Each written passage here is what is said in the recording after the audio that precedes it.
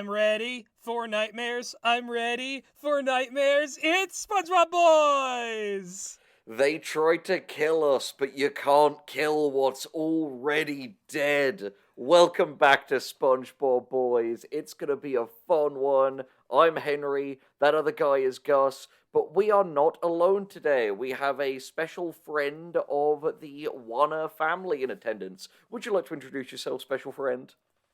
I would like to introduce myself, special friends. Hello, my name is Max, and I can tell you more about myself. I'm not really sure what the standards are for introducing guests on this show. Well, there are no standards, much like everything else on Spongebob Boys. The important thing is... Don't confess to any crimes, but other than that, Yeah. you're fine. Oh, okay, well, let me cross that off the list. I had some crimes to confess to. Well, I guess I'll take those to my grave. Statutes of limitation. Just so. None of them are passed yet. There's no statute for murder. Beep that out. Murder. All right. So yeah, hi, my name is Max Kreisky. I don't know if you guys put your last names because it's been a while since I've listened to Sponge Boys, but you did just introduce yourself, so who knows? I am a writer and comedian and general idiot living in Boston, Massachusetts. I've worked with you both before on various audio drama projects, and yeah, you can hear a bit more about my stuff later on in the show. I'm really excited to be here, and it's a bit past my bedtime, so you're going to have to edit out a couple of yawns here and there, but it's not because I'm not interested, it's because I'm sleepy. Yeah, no, he's being very humble about it, but Max is an absolutely hilarious writer and performer. We've known him all the way back in the Less is Morgue days, from him and his team's immensely funny satirical comedy, True Tales of the Illuminati. This boy is coming from the deep lore to the Spongebob Boys bracket. He's also written, I feel the need to say, some of the funniest episodes of the Kingmaker histories as well, particularly the ones focused on Leonid, the wonderful fail son, voiced by Zane Schacht, and we're very happy to have him on today. Oh, shucks. I love writing for Leonid so much. Our best worst boy. Oh, he's so fun. Yeah, so, as is the custom on Spongebob Boys, it is the least ready who must open the volley of nightmares into the audience, and that falls upon you this time, Max. You are the least ready, so you must go first. Okay, be gentle. So, let me pull up my notes here. I covered the 2 episodes from Season 12, and the first episode I covered was Episode 10, Gary's Got Legs. Wowie zowie! Yeah, Gary's Got Legs. It tells you all you need to know about this episode. All right. I know! This I gotta see. I love that it is just a case of, you can really tell by Season 12 the kind of pitch meetings for SpongeBob, the writer's room, has so gotten dry when someone on the team went, what if we did Gary getting legs, and someone else presumably was like, fuck it, why not? Write it. They just slammed down a napkin drawing of Gary the Snail with, like, sexy, like, razzle-dazzle legs with the fishnets like Patrick had in the movie. And they're like, that's it. That's the whole episode. We did it. There it is. So what happens, Max? Well, so we open with SpongeBob and Gary working out. And SpongeBob, he takes Gary on a morning jog. He, puts on his little leash and he starts running off. But Gary, he's a snail. And so instead of running with him, SpongeBob, I guess for the first time ever, just gets pulled straight back and smacks directly into Gary's shell. I assume getting one of the first of many concussions in this episode. And in that moment, he says, "That's it, Gary. You're getting the surgery." I didn't realize snails were slow. This changes everything. The man in the pet store said you'd be fast, and I just never checked. He's got to go to the snail enhancement clinic. Exactly. We've got to get this snail some surgeries. Stat.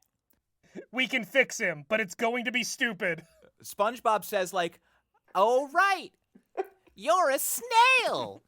and tries to find like a ways to get him moving. He like pushes him, he pulls him, it doesn't work. And so eventually he's like, "Oh, I know what you need, Gary. Tank treads." So he builds Gary a little set of tank treads, which at first Gary, he's loving it. He's got a little smile. He's driving him around. And then Gary immediately, I'd say within 1 second of starting on these, just starts running SpongeBob over, just back and forth, over and over, flattening him out more and more until SpongeBob is the size of like a street. Like he's just flattened across an entire street. Wow. And then the tank explodes. Annihilated. And that's how he died, canonically. That's how he died. That's how Gary died. End of the show. Yeah, and in heaven he gets legs. Because in heaven, humans get wings, snails get legs. You get one step up the evolutionary ladder. Right. That's a pretty sweet deal. That's rather heavenly. Yeah, I of think them. so. Yeah, hey, it's heaven. They're nice guys. Just to like, what I just think of like, oh, I guess we're gonna have just some incredible violence to start. I watched SpongeBob growing up, and I was certainly a violent show, but I feel like it wasn't always just kill, die all the time. Yes. So I do actually have some context here. I have some context here, Max, because in another episode that I believe it was me, you, and Charlie, Gary gets like a special device that allows him to talk, and he talks with the voice of Keith David for some reason.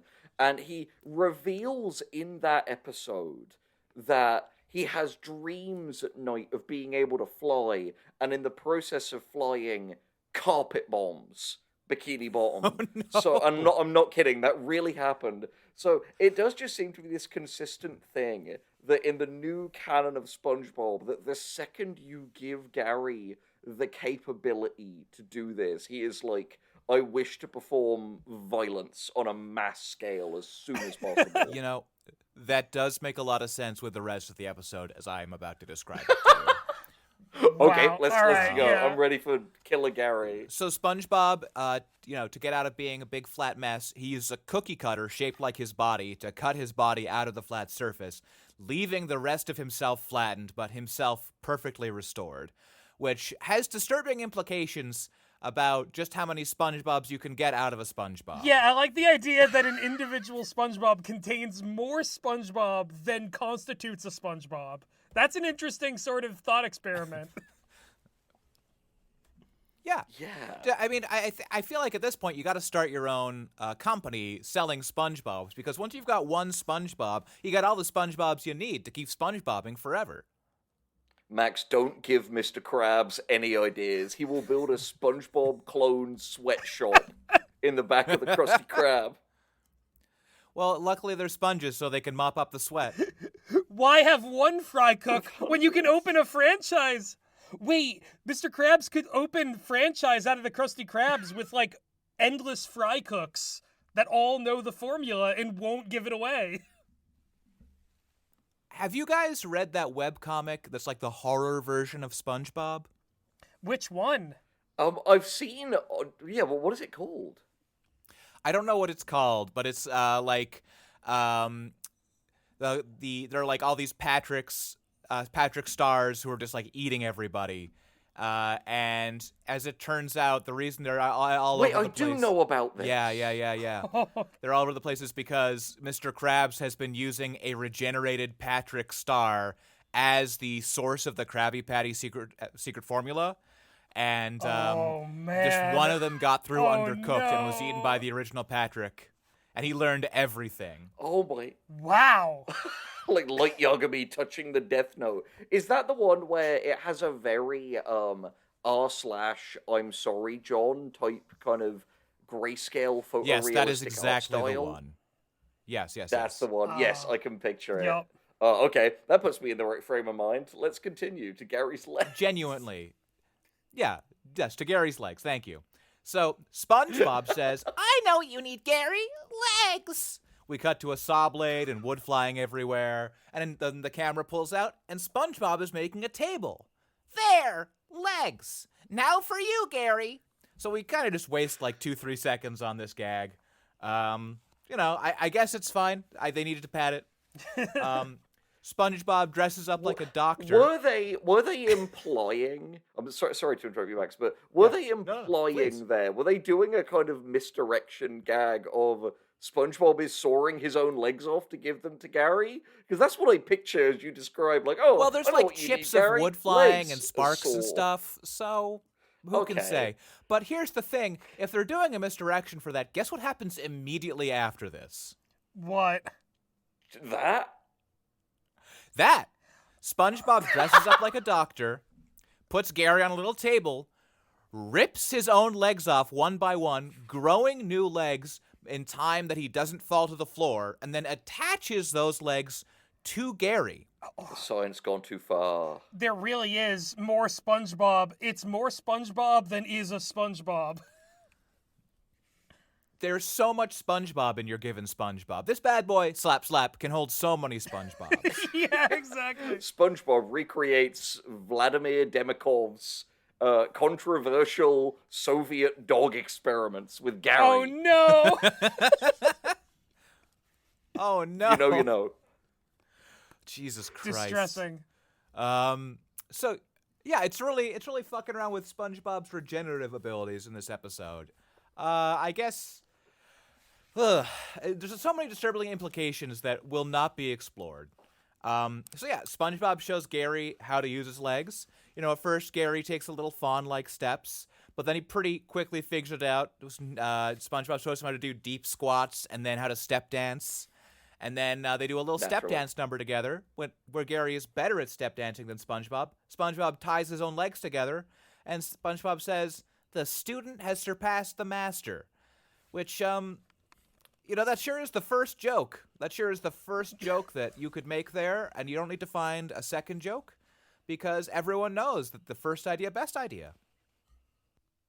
Exactly. Get that shit through the door. Get it to the animators as quickly as possible. Second drafts are for losers.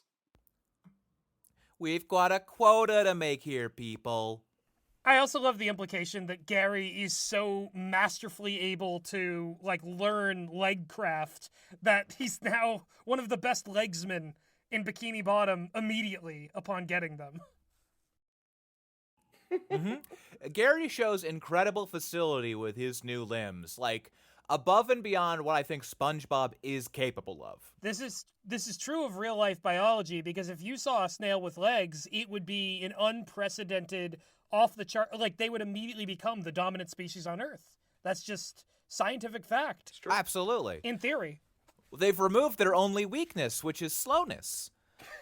They've got a shell, impenetrable. No, you're right. The only reason that snails don't instantly kill human beings is that we can outrun them. If they could catch us, we'd all be fucked. It would completely change the dynamic of that Reddit hypothetical about immortality of the snail. Just so, a snail with legs, you're fucked, dude. It's game over. That snail isn't moving towards you slowly anymore. It's running. DARPA's working on this right now. Real life would become a deeply troubled Uzumaki adaptation as well as the one we got. I want you to picture this. You're lying in bed. It's night. It's the depths of night. You're under a blanket. You're sleeping. You're making little snork me's, right? All is peaceful. Then above you, a shape looms. Your eyes snap open, and you sit up in bed sharply. Your little cap with this little puffball at the end, The honk snow. going forward. Yeah. Over your eye. You look up. There's a snail with legs standing directly over you. I feel like I'm gonna get No, I stomped. can't even. right? I can't fathom I'm it. gonna get stomped into the ground, death. into my bed, forever. Instant death. You're fucking dead. Yeah. Crunch the cyanide pill in your tooth. It's over. Yeah. That's why we have them. Exactly. For snails. So It's a precondition of joining SpongeBob Boys. Yeah. yeah, I gotta say the dentistry, the visit to the dentist, very painful, but worth it. Was it though? Anyway, sorry. Please continue. We're quite early in this episode. I don't know how long this should be taking. So SpongeBob takes Gary for a walk, and Gary takes off running to the snail park, And, like, he stops short, and SpongeBob smacks into the big sign, getting all smooshed, then pulls himself off, and then they walk in, and he what? all the He snails what? inside are looking at Pulls Gary. himself off. He pulls himself off? Yeah, SpongeBob fucking yanks himself to completion. Keep up. I just can't believe they showed goes, that. Yeah! Yeah! Yeah! Oh God, no.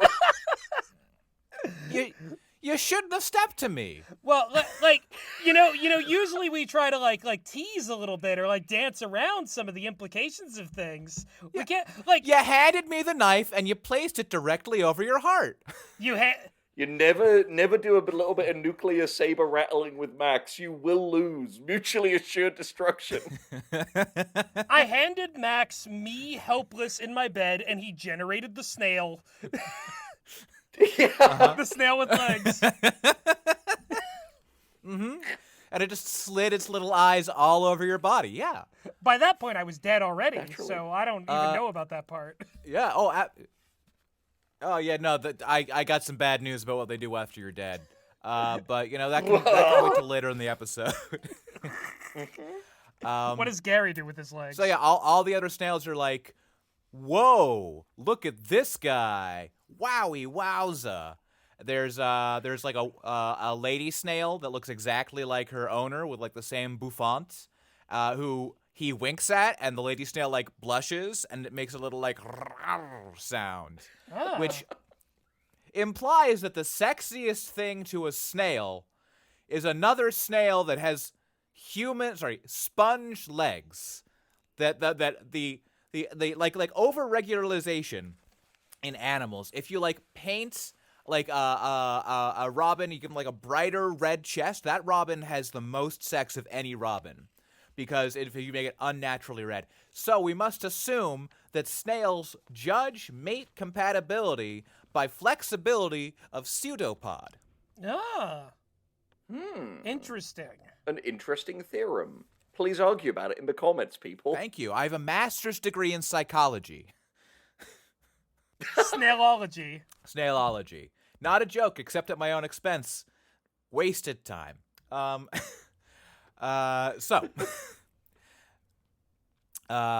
worm sniffs Gary's legs and barks at him, implying that worms are the dog equivalent to snails' cats. Gary hisses at him. Yes, okay, obviously. Picks a fight, kicks the worm. The worm goes flying. The owner's like, "Hey, you kicked my worm. You gotta control your animal." And Gary kicks the owner with his worm into the sun. Oh no. What?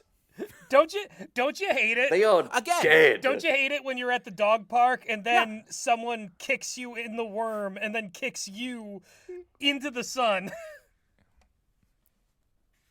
Every day this happens to me. Every day it happens. And I don't know what to do. I've sent away for magazine supplements. I've tried to become the hero of the beach. Nothing's working.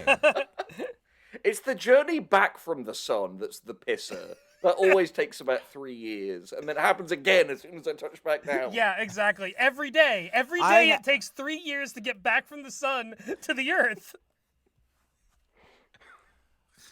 Guys, I have so many overdue books. The fines are going into the tens of dollars.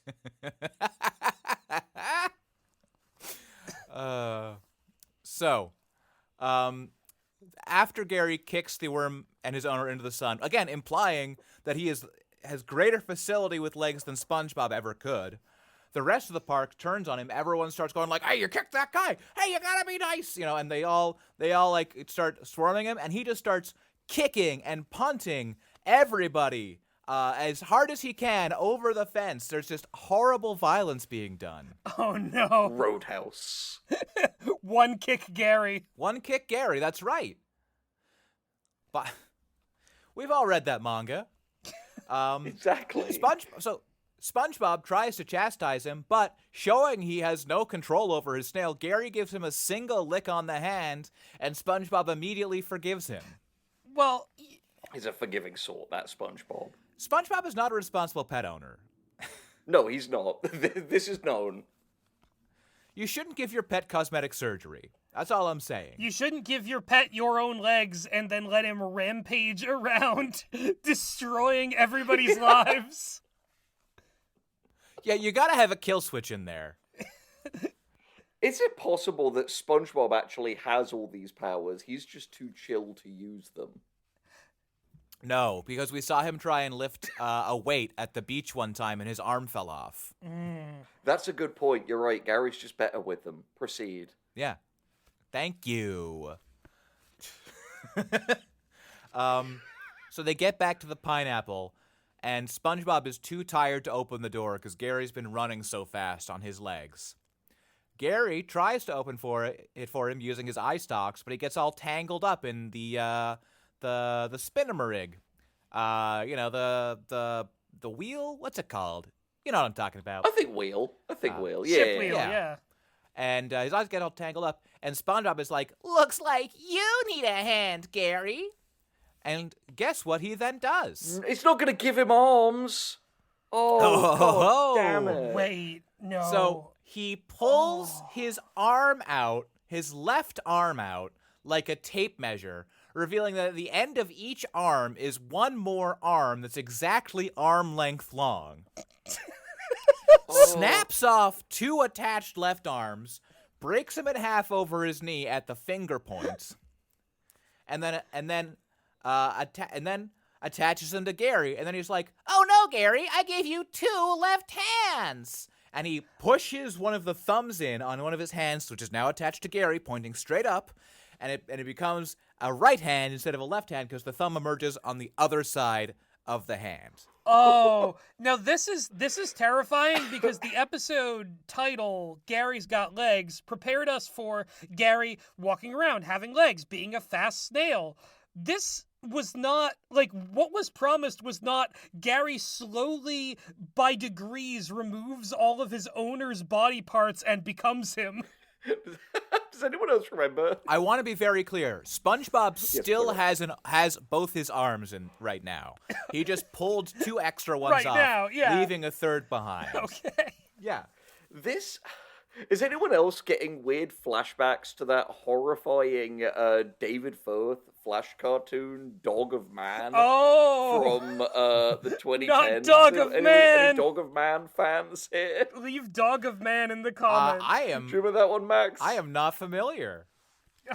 I will share that afterwards. I'm not describing it on audio. No. Okay. Anyway, so what does Gary do with opposable thumbs? Does he immediately, load a magazine into a fucking assault rifle and track down some enemies? I'd believe it. So at first he's struggling with him. He's like, he can't really quite get him moving. He's really having a hard time until SpongeBob pulls out a can of snail food, whereupon Gary immediately grabs SpongeBob's eyeballs and squeezes until they pop. No! Jesus. Oh my God! Out of excitement for the food. He keeps trying to reach the food, and he's just slapping SpongeBob around, choking him, punching him, like pieces are flying off. So Gary's first Jesus. Gary's first response to getting arms is like, time to Blade Runner. Time to Blade Runner this thing. Time to destroy my creator for the sin of bringing me into this limited existence. And become free. And SpongeBob is like, Yeah. Gary, I'm so proud of you. Transcend the flesh. Oh man. My guest director, David Cronenberg. Wow.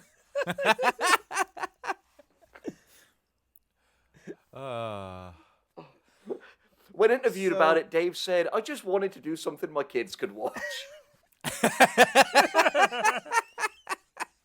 Wow. So what happens next? Gary goes hog wild with his new arms. He opens and shuts the door, slamming it over and over. He opens it one time, and Patrick's there, and Patrick's like, "Hey there," and he immediately slams it on him.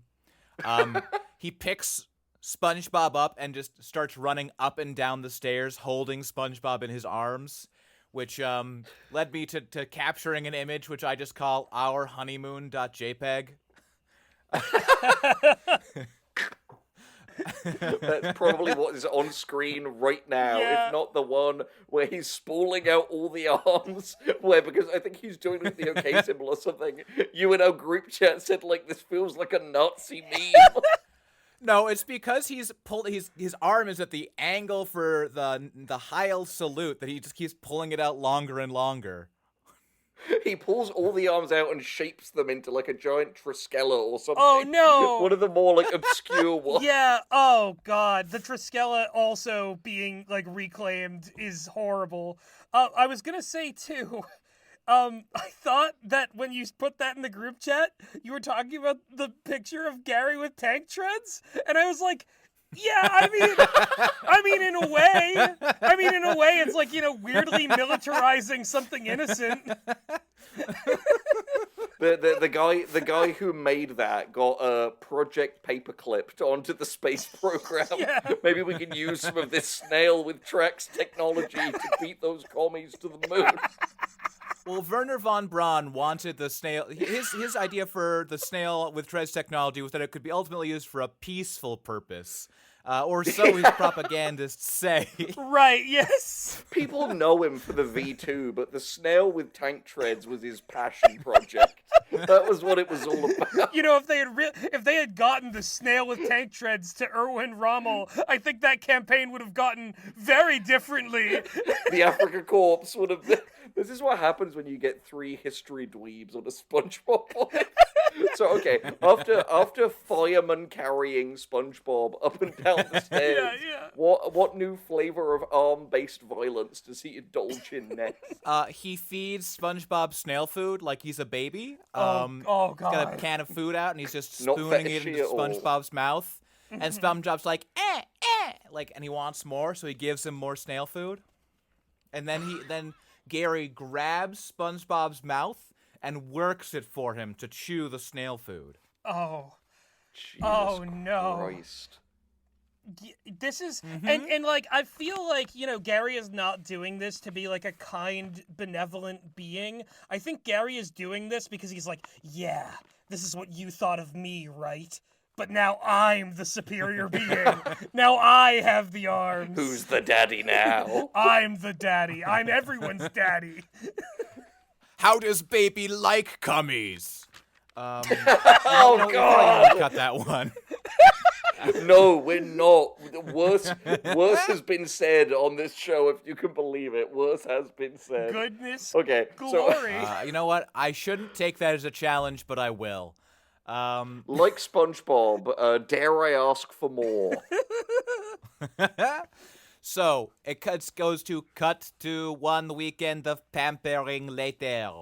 Gary is tucking SpongeBob in on the couch underneath like a blanket. So SpongeBob is just like a little loaf with his head poking out, and he's bringing SpongeBob a little mug of hot cocoa that SpongeBob drinks with his tongue.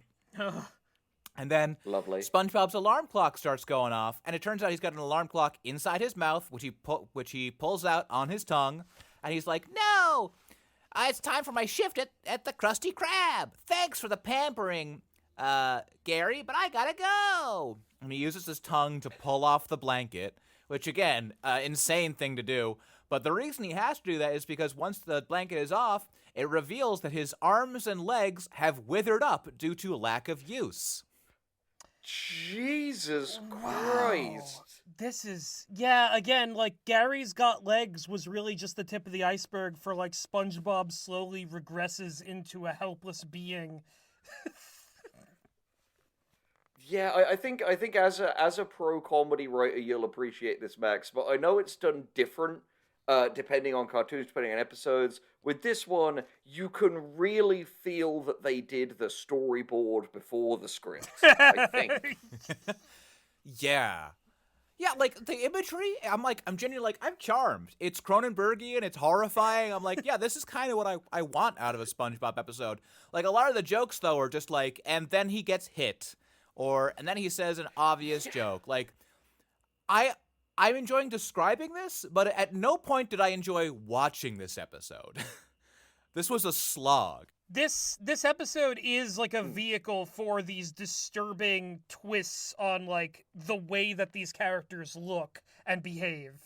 Like, that's what this is. Though I'll admit, I'm glad you got this one, Max, because I can't think of a better first SpongeBob Boys episode. The one that features both, like, bizarre concepts, visceral body horror, and what feels like very pseudo-fetishy content. It's really, you're running the gamut here. It's perfect. With, like, the barest... Yeah, I did kind of feel like I stumbled on a dark corner of the internet. Yeah. Yeah, And there's just... deviant art. And there's just, like, the barest veneer that there are still, like, jokes happening in order to, like, kind of justify that this is still an episode of SpongeBob SquarePants.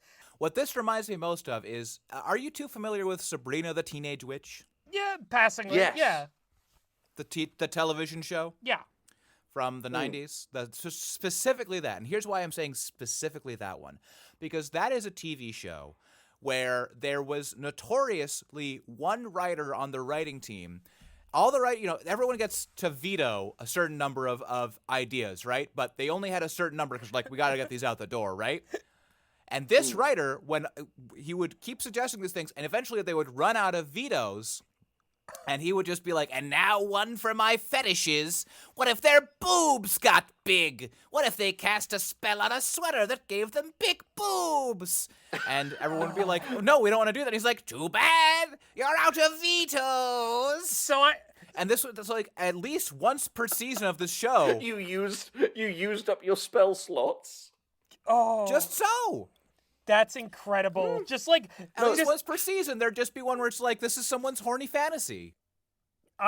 Yeah, and the thing is, Max, you're completely right there. It's an incisive comment. We've observed this happening a lot in SpongeBob, though I will say, while it's never on in any children's media, it is infinitely creepier in a live-action show full of real teenagers than even in a cartoon where at least everyone voicing these characters are, like, in their late 50s. No, yeah. I think it's, like, it's safe to say that this is, like, in that same camp as a lot of the, like, Nickelodeon sitcoms in the skeeviness with which they approach the subject matter.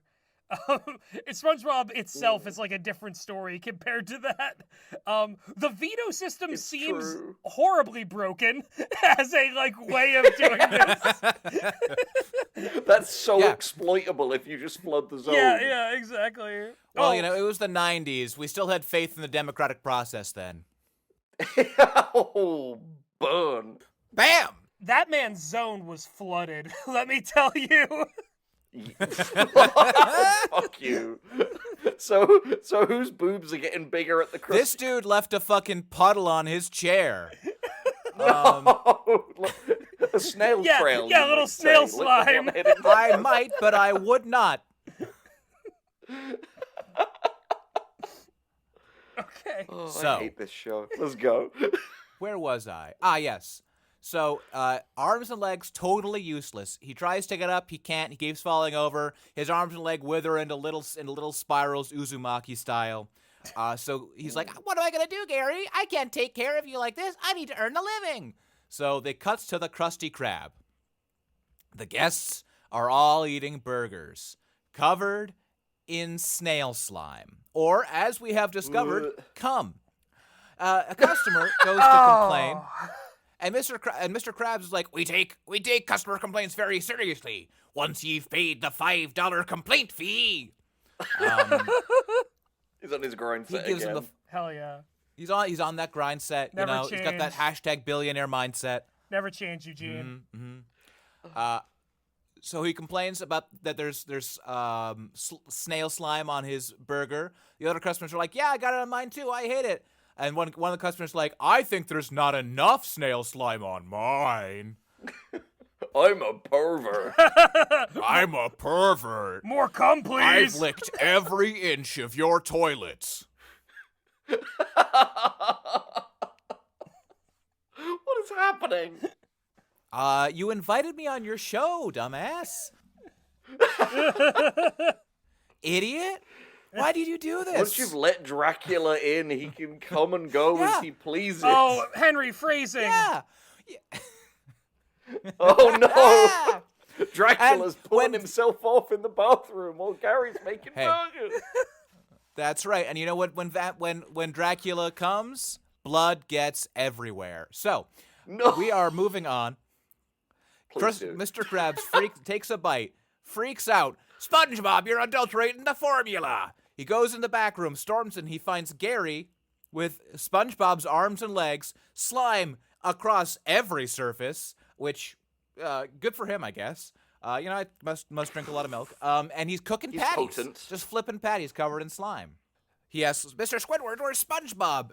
And Squidward says, I don't know. Maybe he's dead. And he happily imagines SpongeBob exploding. As all of us have doing this show for long enough. Mm-hmm.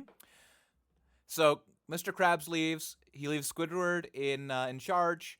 Squidward then kicks out all the customers to take his break. Honestly, go off, Squidward. You're doing God's work. Now, so Mr. Krabs, he pounds on the pineapple door.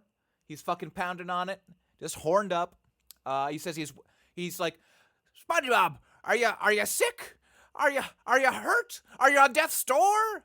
Because none of those are valid excuses to miss work. Well, it's gonna be all three, Eugene. It's gonna be all three. Yeah, literally. And then he looks in through the window, and he sees SpongeBob with his eyes migrated to the side of his head, his little arms and legs withered up on his sides, slithering around. On his tongue is a pseudopod. The tongue is coming out of his mouth, going under his body. He's slithering around on a trail of drool, going up to his little bowl, and then his little... I was dreading his this. little front mouth teeth go out, just scrapes the food into his mouth over the open tongue. Awful. Oh, I was dreading this. I was dreading this so bad. This was genuinely No. my favorite part of the episode, was seeing this. This is That was rock hard. That was rock hard. I was jacking it furiously. I'm still dehydrated. Yeah. My legs are starting to whizen. I've grafted some onto my cat so it can I do my job I jacked for off me. so much that I came leg bone. Oh, God. No! Yeah, I need milk for bones. Got milk. Marrow! But no, Fresh this is milk. like, this is the such sights to show you that I kind of want out of a late season SpongeBob. Or honestly, even an early season SpongeBob, because this is kind of the poor man's version of I was a teenage snail. Literally. I do love the energy of like, hey, let's do an episode we already did, but make it like more fucked up and debilitating for the character. Yeah. Just Yeah. also like not as funny or interesting, like worse. Just worse. Let's just make an old episode, but worse. I'm glad you brought that episode up, though, Max, because the thing is, I think the differences are illustrative of the change in philosophy of the writer's room, because that original episode, that I Was a Teenage Gary, was like a morality tale for Squidward. It had a through line where he is like cosmically punished for not taking care of Gary, whereas this, it's a far more, like, nihilistic exploration into, like, the physical destruction of SpongeBob SquarePants. No, you're right, because the lesson here is, like, hey, your cat might be slow, but don't remove parts of your own body until you're basically a husk crawling around your house, because you won't be able to do human things, and your cat will go mad with the power of human limbs. Exactly. As would we all. I have Who human wouldn't, yeah. limbs, and I don't think I'm mad. Maybe. I don't think humans have been responsible with human limbs. It's true, maybe we need to give them to our cats, or, snails, if we want to be less direct about the metaphor, but, Good point. They couldn't do worse. So I'm curious, is this one of these episodes where they find a way to, like, return to status quo? Because I feel like we're reaching a crescendo here. So, let me tell you. So Gary comes in. He starts playing with SpongeBob with like a little mousey on like a stick. Like SpongeBob's a pet. It's upsetting. And then Mr. Krabs uses his eyes like a drill. He twists them into a drill to drill into into the ground and then back up into the pineapple. And then he looks at them and he says, "The premise of the episode." SpongeBob, you're acting like you're a pet, and Gary's acting like he's the owner. You can't do that. Just in case anyone didn't get it. Yeah. You have to remember your place, SpongeBob. The animals are beneath us, after all. They exist for our amusement. God gave the world to us to rule, and all things that crawl and swim and fly are our domain. I kept wondering why you were wearing that leather pop hood to work for all those weeks. What? Goodness gracious. I don't get Do I it. need to? Have you not? Oh fuck! I can't believe I'm doing this. So you know those leather dog masks that are used pup in hood. fetish Pup hood. play, Okay, where yeah. people act like. What I'm did sorry. you think I said? I thought you said pop hood. I heard like papoose. I didn't yeah, hear like any- pop hood. yeah. Like what's a leather Oh, I'm pop so hood? sorry. Yeah, stop being British, Henry. I must stop. Core blimey. So Gary starts hitting Mr. Krabs with the mouse on a string, just beating the crap out of him. Krabs takes the mouse, says bad snail, down boy, and then SpongeBob jumps onto him and starts savaging him. SpongeBob at this point will have to be destroyed by the state. Naturally, it's justified. Which I think would be a mercy. He did this to himself. So He did this finally, to himself. he did this to himself. He did this to himself, and he'll have to be euthanized. I'm sorry, I don't make the rules. Off to the knacking yard with him. That's right. They'll have to boil him into glue. Get knacked. Mr. Krabs takes out a Krabby Patty and snaps it in half underneath SpongeBob's nose to snap him out of it, like it's smelling salts. This works immediately. Immediately returns SpongeBob to full normality, just in his underpants. Which, by the way, he wasn't wearing underpants when he was a snail. The underpants appear, which I guess I'm picking nits here. I guess they but they say you give the audience a big lie and they'll swallow it, but they'll choke on a small one. It just bothered me. Yeah. Maybe it's just the word of God there, just making sure that SpongeBob isn't slanging his sponge nuts in front of his boss in his house. That's That he's true. not playing his dick like a flute. Do do do do do do do. Oh no. Hi, honey. Sorry about all the horrible things I'm saying. Yeah. I'll try and keep it down. SpongeBob Boy is the leading exporter of divorce I'm in the continental United States. My wife is Mamma trying to mia. sleep in the room all the way on the other side of the apartment, and she can hear me yelling about this. So I'm gonna try and quiet down. We are desperately sorry. We get passionate. We're very sorry. We'll bring the temperature down. Yeah. Let's bring this down. Let's get this sexy. Yes. So SpongeBob's back to normal. Yeah. And Mr. Krabs tells him that snails aren't supposed to have arms and legs, and then he fights Gary to try and cut off his arms and legs with his big snippy claws. He grabs them, tears them off Gary. Gary immediately doesn't care and just goes and eats food out of his bowl. SpongeBob apologizes for giving Gary arms and legs and also for not returning Patrick's huge, ridiculous top hat with a toy train that goes around it to Patrick, who suddenly appears in the apartment and hugs him. I'm glad that plotline was resolved. Then SpongeBob's arms and legs go tiptoeing past SpongeBob, and he snatches it and says, "I can always use another hand." We cut to bedtime. SpongeBob and Gary are in bed. SpongeBob in his sponge bed. Gary's on like some newspaper. He's like, "This doesn't feel right," and they swap. Gary gets in the human bed. SpongeBob gets in the newspaper, and then SpongeBob's spare arms come out from under the bed to do the clap for clapping off the lights and go to credits. Oh, well, that was like kind of like a Babadook style ending of like it's not ever gonna be resolved. He's always gonna have to live with the fact that he tried to switch places with his cat. Just like in the Babadook. Yeah, that's the plot of the Babadook. Yeah. That was fascinating. That was like among one of the stranger episodes we've had, despite having one of the most kind of straightforward titles. And the episode that I have to offer first, which we'll get into next, also involves animals, but which should terrify you all. But before we get into that, Max, now that people have seen how deranged and hilarious your comedy stylings are, would you like to tell them a new show where they could go and experience more of that meth-like insanity? I think I'm pretty normal.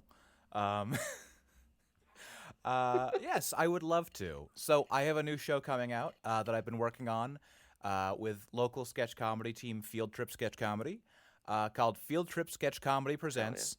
Field Trip Sketch Comedy Presents, a sketch comedy podcast by Field Trip, which will be airing its first episode on November 25th of 2025 this year. We've already got a trailer up on the feed. You can look for Field Trip Sketch Comedy Presents on your podcatcher. And it is going to be 6 episodes of extremely weird sketch comedy. Weird and upsetting and fun. And sometimes very silly and wholesome. And sometimes you're going to hear me do something like, I don't know, eat ball bearings. And sometimes you're going to hear a fun thing where we just come up with new ideas for hotels. You might listen to an episode that's a Fantastic Voyage parody where we go inside Evan's body. Evan is one of the other field trippers, and try and find out why he's been partying so hard all the time. You might hear an episode that's a kind of our Night Vale takeoff, which is, Night Vale's already a comedy show, but we decided, what if we did it? What if we did it and we did it our way? And that's called Threadville, town of 1,000 abandoned quarries. These are all episodes in Field Trip Sketch Comedy Presents, Field Trip Sketch Comedy Presents, a sketch comedy podcast by Field Trip. It's going to be really funny. It's going to be really silly. It's going to be upsetting in places. I was going to be honest with you. It's going to be upsetting in places. There's some upsetting comedy in there. Honestly, I think maybe some of the most... We've just before this, I came from a sound design meeting with the rest of the team where we were reviewing some stuff our sound designer sent us for the first episode, and there were some just genuinely upsetting sounds in that, which, by the way, also to me, and hopefully to you if you've enjoyed me so far, incredibly funny. I was red-faced with tears going down, the old red face, at this. It's going to be great. You're going to love it, or hate it, but not be indifferent to it. It is impossible to have a middle slider reaction to this show. Is the vibe I'm getting. And for what it's worth, Max, if any audience in the world is going to hear, oh, there's deeply upsetting comedy in this, and get really excited, it's going to be the Spongebob Boys audience. I can say I can highly attest to Max's sketch comedy writing skills. I am literally looking to the side of the desk I'm recording about at an amazing zine that Max wrote of his sketches called Gutbust, which lives up to that title. It is bizarre and absurd and hilarious. And if you enjoy this show, and if you've enjoyed what you've heard from Max, and you've heard and enjoyed Max's episodes of the Kingmaker Histories, and want to get even stranger and purer into the mind of madness, please go check out the links that we'll have put in the description to this, and we'll be shouting it out again at the end in case anyone needs a reminder, but I think it's going to be cool as hell. Thank you. Very kind words. Yeah, no, that's awesome. I'm so glad that we could have you on the show, and I'm so glad that we can promote this new project of yours. And I'm so glad to be here. SpongeBob is actually a big touchstone for the whole writer's room for this show. To the point where we, in pretty much every writer's room meeting, we do something we call Into the Squidward's Penis Verse. Which is just us doing, we started off with us just fucking around with voices, and I just was like, SpongeBob, you're standing on my penis. Oh, sorry Squidward. Patrick, you're standing on my penis. Oh, sorry Squidward. I'll get off it right now. Am I still on it? How about now? And it's become, anytime we start, we just see what, like, character voices we can do and have them, Squidward say, Shaggy, you're standing on my penis. Like, sorry, man. Rare like Rory, man. Oh, right. Wait. Max, can we do one right now? Oh, absolutely. All right, set me up set me up for Denzel Crocker from Fairly Odd Parents. Mr. Crocker, you're standing on my penis. Ooh, I'm sorry, Squidward. I'm looking for fairies! Fairy godparents! Fairy godparents! Ow, ow, ow, ow. I love when any recording descends into cephalopoid cock and ball torture. That's how I know I'm having a good time. Well, that's that good old like CCBT. So this is the mood that we're in when we are like working on sketches together. This is like what we do to get ourselves into the zone. I cannot think of a more ringing endorsement. All right, before we get back in, I'm gonna take a very tasteful, very sexy sip of tequila, and I hope everyone at home is fine with that. We'll take that sip nice and low because I'm going to tell you about my episode. Well, the first right. of my episodes. The second one was nothing to write home about, but this first one is legitimately just strange in a why would you write this kind of way. Are either of you familiar with season 9's Kenny the Cat? No, but I'm hyped because I can already tell that we all got very strange ones. Was that the one Samuel Beckett wrote? Probably. It evoked a similar sense of Irish ennui in me while watching it. And so, okay, I'm going to get right into this. I'm not going to preface this. The episode starts in the Krusty Krab, as all great episodes do. Squidward at his little cashier's desk, and a vortex of air sucking back into the kitchen, which is soon revealed to be SpongeBob inhaling because he's practicing holding his breath. Awesome. That raises a lot of questions. Cool. Hey, I'm gripped. I'm gripped from moment one. Absolutely. Yeah, I was a little bit like, okay, is this going to factor into the episode, or is this going to be, as you pointed out earlier, Max, your kind of classic, okay, let's do a little bit of shtick and waste some time, because the more we can repeat a moment of animation, the more money we save on this one for more weird arm-pulling antics. But no, Squidward leans back in and is like, SpongeBob, what are you doing back there? And he's like, oh, I'm practicing holding my breath so I can be like my hero, Kenny the Cat. And he walks across the kitchen to a shrine he has built of this very kind of Tom and Jerry-esque cat. I'm going to get a quick picture of him because a weird feature of his kind of character design. I'll put it this way, and I think both of you will immediately know what this means. In the same way that, this is true of, say, Rick and Morty, he feels like a character that you would see on a lot of, stoner paraphernalia. Look at this guy. Yeah! This guy looks like he's sucking dick. Look at that! He looks like he got big old chipmunk cheeks full of cum. Yeah. Oh, goddamn. I also got to say that that is the cat that chases Ratfink on foot. Yeah. It's you could edit a little doobie into those clenched fingers. No one's told him that holding it in doesn't. He's making the smoking doobie gesture. He's got literally. You know, I think they edited the doobie out to make this picture. That's my 2 cents. That this was a picture that one of the animators drew of a weed smoking cat. And then they were like, you know what? If you take that doobie out, I think we can get a full episode out of this. No, I love this. Yeah, literally. I love the idea that that was their whole day of just guys, we haven't got any good episodes. All you've done is draw that weed smoking cat.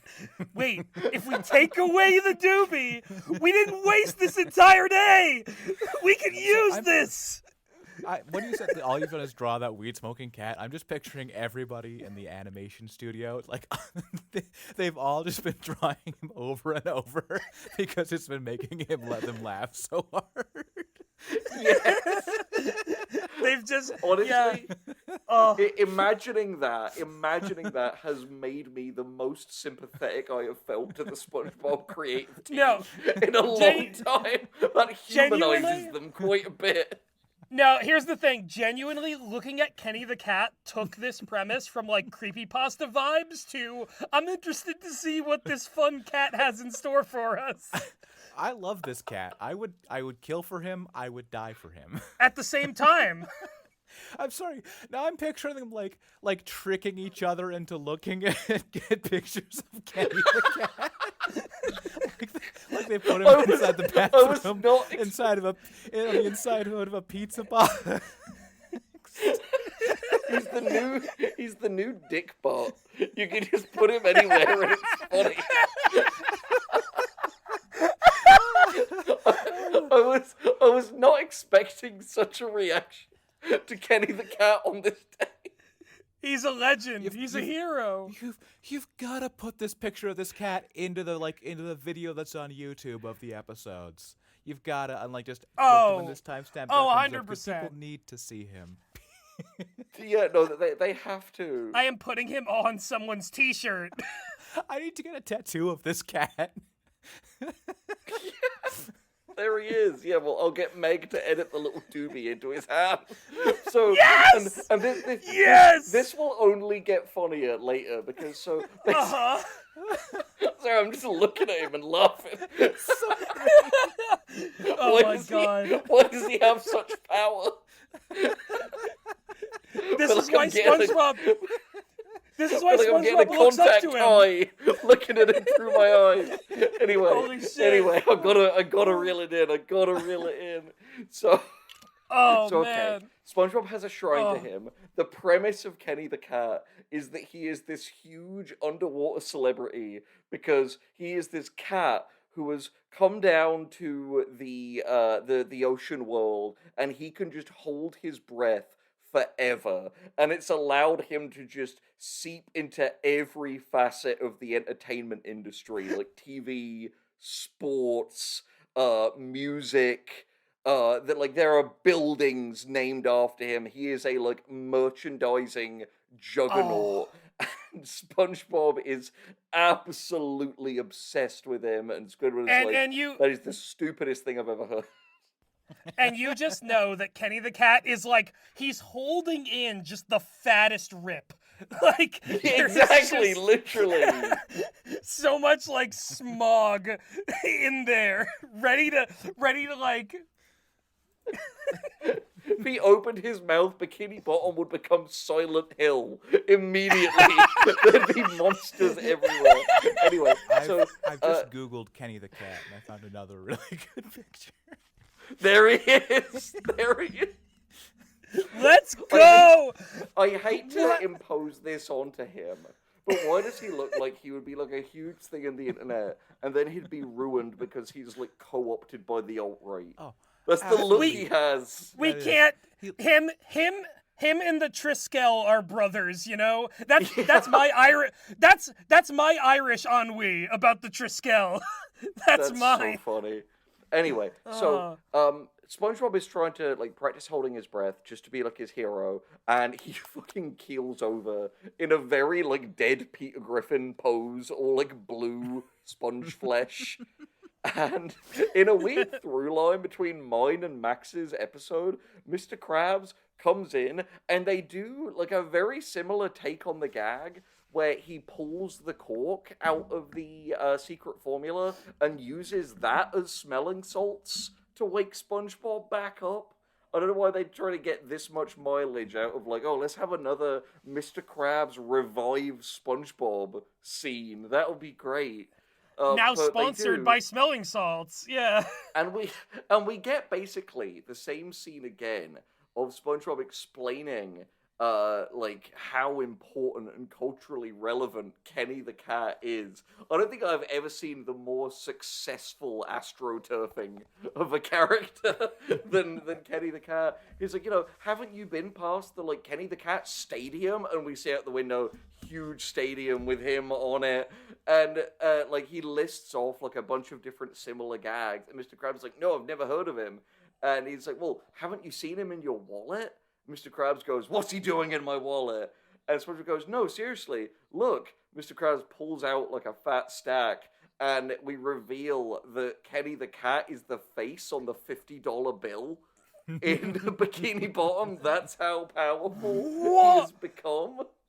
You know, here's the thing. I feel like Kenny the Cat's fame has now, even outside of the show, peaked because we, the Spongebob Boys, are like his biggest fans of all time. It's true. So, Mr. Krabs cooks up a scheme. So, okay, this episode... There he is again! So, Max keeps posting more rare Kennys into the chat. That one is sinister. That last one is pretty sinister. I don't like that. So Mr. Krabs is like, okay, this episode should have a premise other than this guy exists. We can't have the whole episode just be this one scene of SpongeBob being like, and he's in this, and he's on Mount Rushmore, and he is like pumped into our dreams every night through psychotronic scanning. Like, he is like, okay, well, next time Kenny's in town, maybe you can convince him to come to the Krusty Krab, and he'll bring customers in. And SpongeBob was like, well, he's going to be walking through town center tomorrow, so I can do that. And you know what? I'm going to go talk to Sandy about it, because she's also a land creature. I bet she'll be really impressed by this.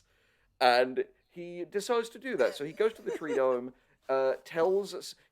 He tries to go in without the, like, water helmet on. He's like, no, I'm imitating my hero, and then immediately kills over and dies. It gets the classic, like, SpongeBob hyper-realistic close-up of him, like, shattered on the ground with, like, his eyes staring up. It's... Like, I think another through line in all of our episodes today, I can't speak to yours, Gus, but definitely in mine and Max's, is these weird body horror gags, and there will be more. But Sandy is really offended by being compared to a cat, get it? Because they chase squirrels. And when SpongeBob explains that he has such power and he can hold his breath for an unlimited amount of time, Sandy kind of calls bullshit and is like, that's scientifically impossible. And SpongeBob, affecting a very kind of stern British accent, is like, well, okay then, Sandra, if that's how you choose to see this, then I suppose we won't discuss any more on the matter, and leaves. And it cuts to him and Patrick. Yeah, I don't know. I don't know what they were going for with that. Maybe Tom Kenny just decided to do that voice in the booth, and they were like, fuck it, we'll animate accordingly. We're not gonna say no to Tom. Yeah, he's a professional. He's a cash cow. We need him. He was in the Smashing Pumpkins Tonight music video, don't you know? He's almost as much of a national icon as Kenny the Cat. Well, let's not go crazy. Let's not conflate our Kennys here. Yeah, come on, you bite your tongue. Yeah, exactly. Don't talk out of turn here, Gus. Wait a second. Is Kenny the Cat named after... No. Gus, you sound like an idiot right now. Sorry. No, I realized the error of my ways, and it's that Tom Kenny is named for Kenny the Cat rather than the other way around. Exactly. There we go. Yeah. That's correct. The Church of Kenny. So anyway, we cut to SpongeBob and Patrick camping on the side of the street. And a fish comes by and is like, hey, you know he's not going to be here until tomorrow, right? That's 14 hours away. And SpongeBob was like, oh, I would have gotten here earlier, but I had work. And him and Patrick are sitting there, and SpongeBob is like, oh, while we wait, what if I paint our faces to look like cats?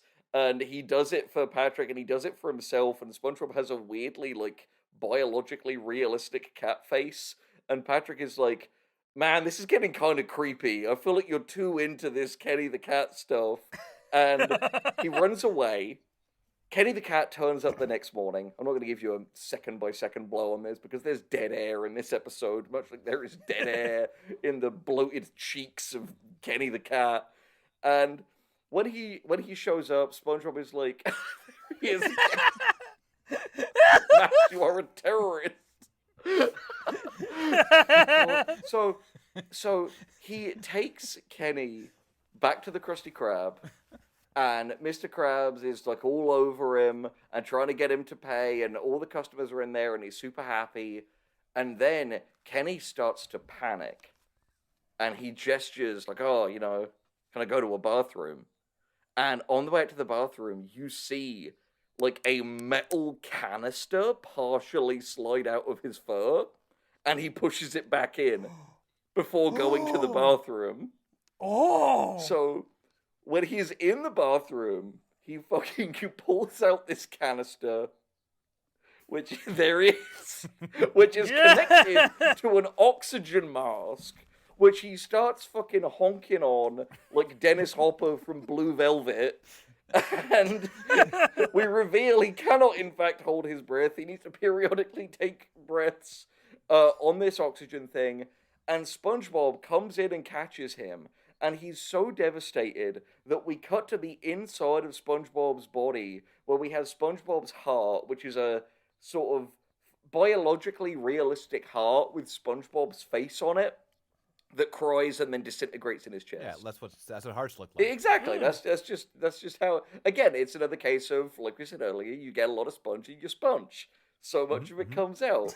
So the proverbial cat is out of the bag, and we get the second weird reveal of Kenny the cat.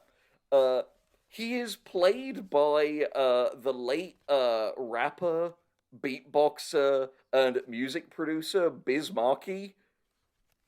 For some fucking reason. Pre or posthumously? What? Yeah, they got him in with a Ouija board to voice Kenny the cat. We're not quite on that level of AI necromancy yet. We're not there. We'll get there. Well, I mean, this was season 9. But what's so strange is, like, I'll put it this way, right? No offense to Biz Markie. I don't want to speak ill of the dead.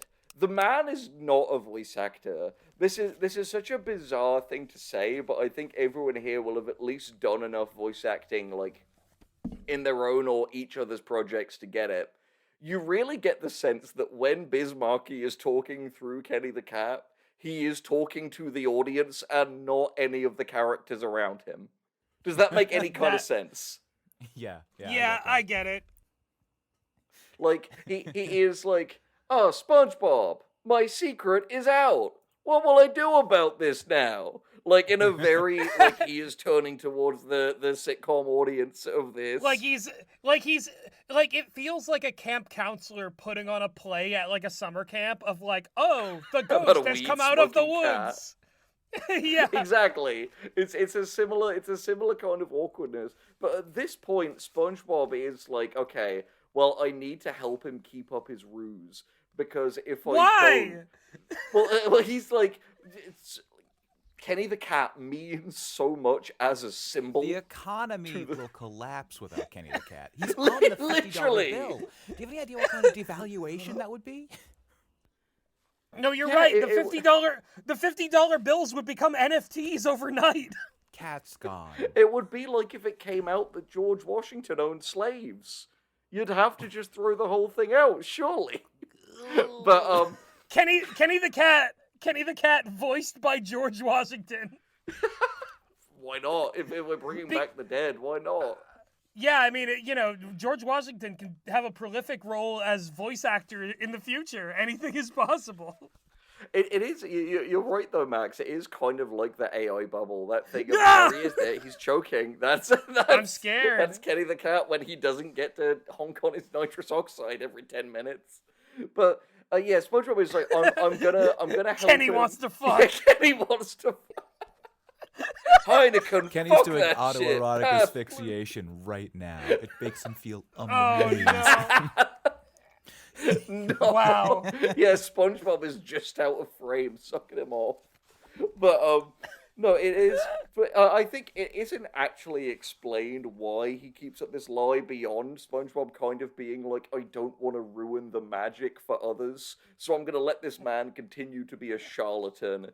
So they go out and they, start talking to the crowd, but then naturally Sandy shows up and is like, hey, do you mind if I observe you? Because obviously it's a scientific miracle that you're able to hold your breath for so long. I want to watch you and see how you do it.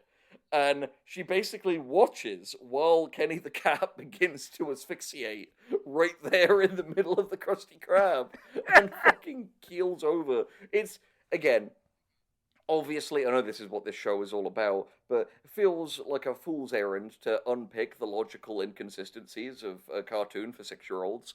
But what would YouTube be if we couldn't do that? So it's very strange to me that it's like he's underwater and he needs to. There he is again. And he needs to. Oh, sorry, that was the bit that I left out. As you can see in this image, which will be on the screen right now, SpongeBob got Kenny to sign his Kenny the Cat brand spatula with his beautiful puffed up cheeks as the crowd looks on. It must be said, this is a weird thing to compliment them on, but if ever you've looked at the background of a cartoon, you've got to appreciate the fact that in the background of this frame, which I hope is on screen right now, it will be. Every single background fish is unique.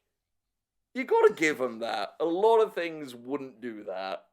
And they're also, like, recurring designs from some of them are, like, characters we know are residents of Bikini Bottom. The world building is somewhat consistent. Like that one fish who has the hair. The little, exactly. 60s do. Yeah, exactly. Yeah, and also the fish with the, who's green with the, like, purple shorts with the white little, flower symbols. We know him. He's been around. Strangely, Fred, my leg wretched, is not depicted here. So it shows that they were keeping at least some of their powder dry in this scene. He's not a big Kenny fan, is the thing. Yeah. He's not. He's a conscientious objector. He's a Kenny denialist. He keeps saying cat piss can't melt steel beams. We don't know why. It's never come up. We don't have steel beams down here. But he keeps saying I mean, who made the claim? Who made the claim in the affirmative is what I want to know. Kenny the cat. It doesn't seem likely at all. It's funny because you guys were talking about Blade Runner, the last episode. I imagine that showing a picture of Kenny the cat to someone and seeing if they, like, crack a little smile. If they don't, that's how you know they're a replicant. Because I think there is an essential humanity to the fact that I can't look at this fucking guy without grinning a little bit. It's great. It's true. We're very cat-pilled over here. This could end all wars. Anyway, so the episode basically goes where you would expect. I'm looking at him again. Yeah, there he is. There he fucking is. What a king. What a Chad. So he keels over. Sandy is proven correct. And we now cut to Kenny the cat wearing a suit just like Sandy's. And he apologizes for lying to everybody in his gregarious, Bismarcky tone. Wow, SpongeBob, I sure am sorry for lying to you all. Yeah. Well, that's the thing. He reads it with a verve. He sounds happy to be there, but there is just a sense that you could tell that Bismarcky was in an empty room recording this. And he, like, you can, this is going to make me sound insane, but it is only because of our years in the audio world that I know this. He has the voice of a man not making eye contact with anyone. He has the voice of a man looking at a wall while he is talking. Just trying to imagine SpongeBob there. You can almost hear, like, immediately after the line, just like the, I hope that was good. Let me know if I need to do any more. Do you need another one of those? You good? Okay, they just leave that over a period where he's, like, got his mouth closed. But yeah, he basically apologizes and leaves, and the episode ends with very little fanfare. I honestly think you guys were right. This is a case of someone fucking drew this guy, and they were like, this is the best thing ever, and they were right. And they used about, like, 10 dip pens and 600 sheets of paper, and were like, hey, if we put him in an episode, that's concept art. We can write all of those off on the expenses of our corporate taxes at the end of the year. That's awesome. It is a shame, though, that we never got to see any merch of this guy in the real, like, non-cartoon space. Yeah, I think they I need just it. couldn't bring they couldn't bring him back because Bismarcky died. Yeah, it's true. Oh, that makes me sad. I mean, ironically, of any character, Kenny is someone who very much could show up and not say anything because the joy that he brings is all there in the design and his carefree true. attitude, except in the ones Holding where he's his- like choking and got bloodshot eyes. Well, that's the thing. It's like, now he has to hold his breath for all eternity because he doesn't have a voice actor anymore. I am just looking at of all the ones you sent to me, Max, the one that's him like exhaling after he took a breath on the tank. Yeah. You could very much Photoshop that into looking like the top of a bong and have a big so old easily. cloud coming out of his mouth. I love Him this ripping guy. some fatty ghosts in the Krusty Krab back room. Man. It's like that story of how Willie Nelson snuck a joint into the White House and smoked it in the bathroom just so he could tell people that he smoked weed in the White House. Oh, What a hero And Billy Kenny- Nelson He is. truly is. May he never die. and so is Kenny the cat. Yeah. Kenny the cat. What have you got for us, guys? All right, so my episode is called Mooned, and Went to the moon. the type. Ooh, no, you can't come. Sorry, every time. Oh, And there he is but again, one more time. Kenny wants to fuck. Oh! Now, funny that you say no, you can't come because you just might before this episode finishes. The title card for this episode is a pair of moons, like spherical moons sitting next to each other with the text "mooned" across it. So, Like a setting big some old extra- pair of booty cheeks, would you dare say? I would not only dare, I can promise something that happens in this episode related to such a thing. But we're We not got this there guy yet. in from Sabrina the Teenage Witch to guest star an episode. He had some wild ideas. I like the idea that this guy is just sitting there and he's like ass, and they're like veto, and he's like ass, veto, asshole, veto, you're out of vetoes, fat ass episode. It's like Lex Luthor just screaming "What a!" in the new Superman movie. Yeah. Just tears in his Ass. eyes going down his cheeks. It's But to be honest, it's going down. I think more realistically, it would be like him screaming "ass, ass, ass" in the head of the writers' room, being like, "Buddy, this isn't Sabrina. We'll accept it the first time. We don't veto things here. This is SpongeBob. Yeah, we're moving forward. First idea, best idea." We're moving forward on Moon. I found the concept art for Kenny the cat. Yes! Yes! Put it on a shirt! Get that tattooed on my chest! Just before, no! Yes! Oh, yes! Sorry, last thing before we get into moons. I love this. I scrolled down just a little bit further as I was going to it, and of course, I found fucking fetish art of Kenny the cat on Perfinity. Woo! God bless the internet. He's really broken through. Okay, so what we need is art of Kenny the cat and Direwolf just going at it before the end of the day. No, we don't. Who are you and I to tell the people what they need, Henry Galley? Do you think Kenny the cat's an alpha or an omega? Last one. I'm obsessed with this image here because it is an image where all of the action is in the bottom of the screen, and yet the image has a vector that slowly fades into total transparency at the bottom of the image. To what end was this created? It's because he's about to suck his next gulp of air out of SpongeBob. Right out of his dick. Yeah, it's the only way to live.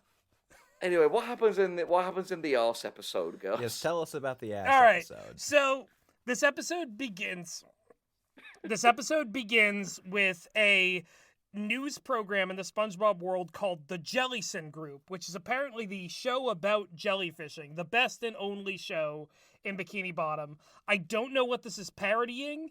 I do not know. It's a political panel show about jellyfishing. They have a jellyfish fashionista. Given that we have encountered a whole episode, or character rather, inexplicably based on fucking Huell Hauser, no reference in news broadcasting is, like, too obscure for these people. Wait, for real? They had a Huell Hauser? Oh, man. Yeah! No, he's been in multiple episodes. He's called Rube Goldfish, and he goes, amazing, just like Huell Hauser, and that's his thing. Don't know who he's for, but he's here, and he's in many episodes. I guess for me. That's a real guy. We've encountered him more than once. So that's the thing. It's a panel show, and they've got a fashionista who's like wearing jellyfish like as clothes. Then we've got Fisho the Clown, which, yes, that's his name. I don't know why there's a jellyfish themed clown. And it doesn't matter, because he's only here for this one scene. And the third panelist is, according to the host, something called a SpongeBob. And we see SpongeBob, like, geeking out in, like, jellyfishing gear.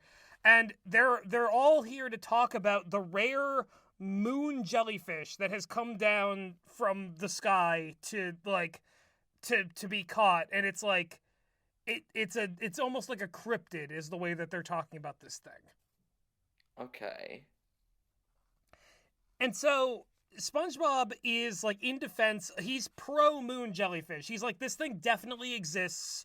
Like, I'm not a skeptic. I know that this exists because there is video out there of Kevin C. Cucumber catching this moon jellyfish in the past.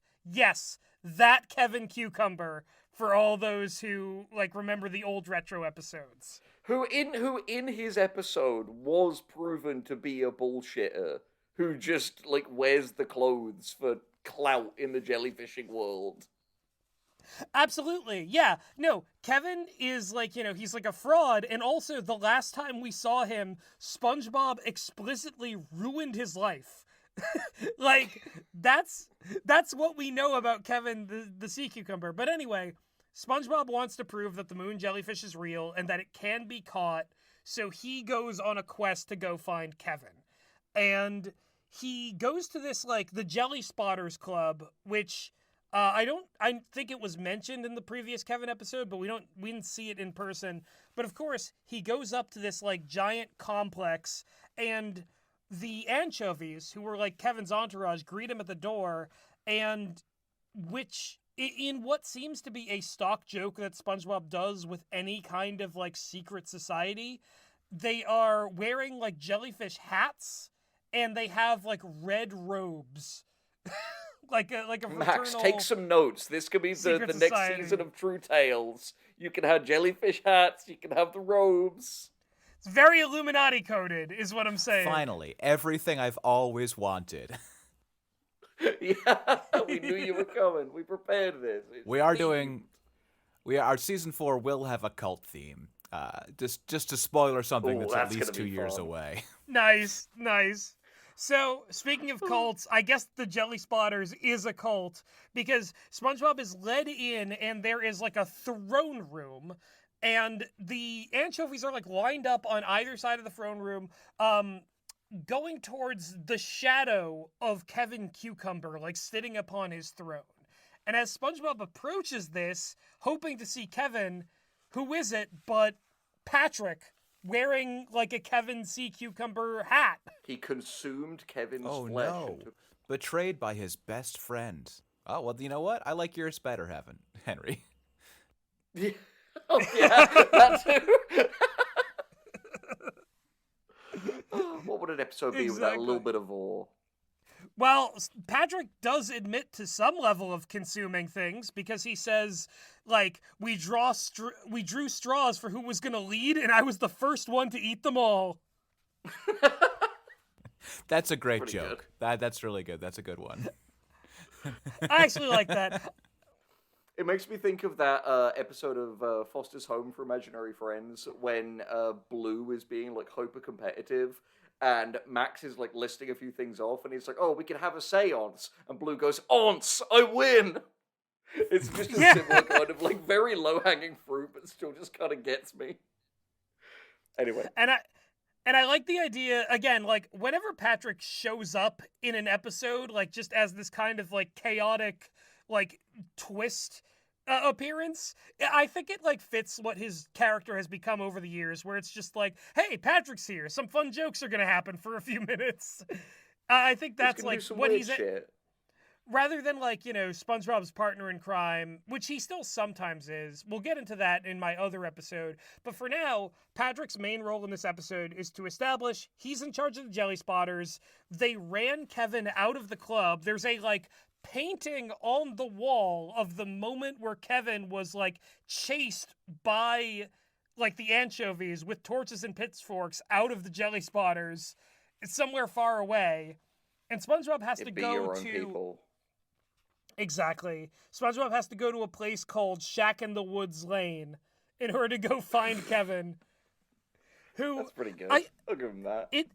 I think it's like, it's really funny because they're trying to have their cake and eat it too, with like the audience remembers that Kevin's like been disgraced, but the reasons why in this are like obscured to be that the club kicked him out, rather than SpongeBob proved he was a fraud and also, like, tormented him physically by getting him shocked by jellyfish a million times. You know, a little revisionist history. He ruined him physically.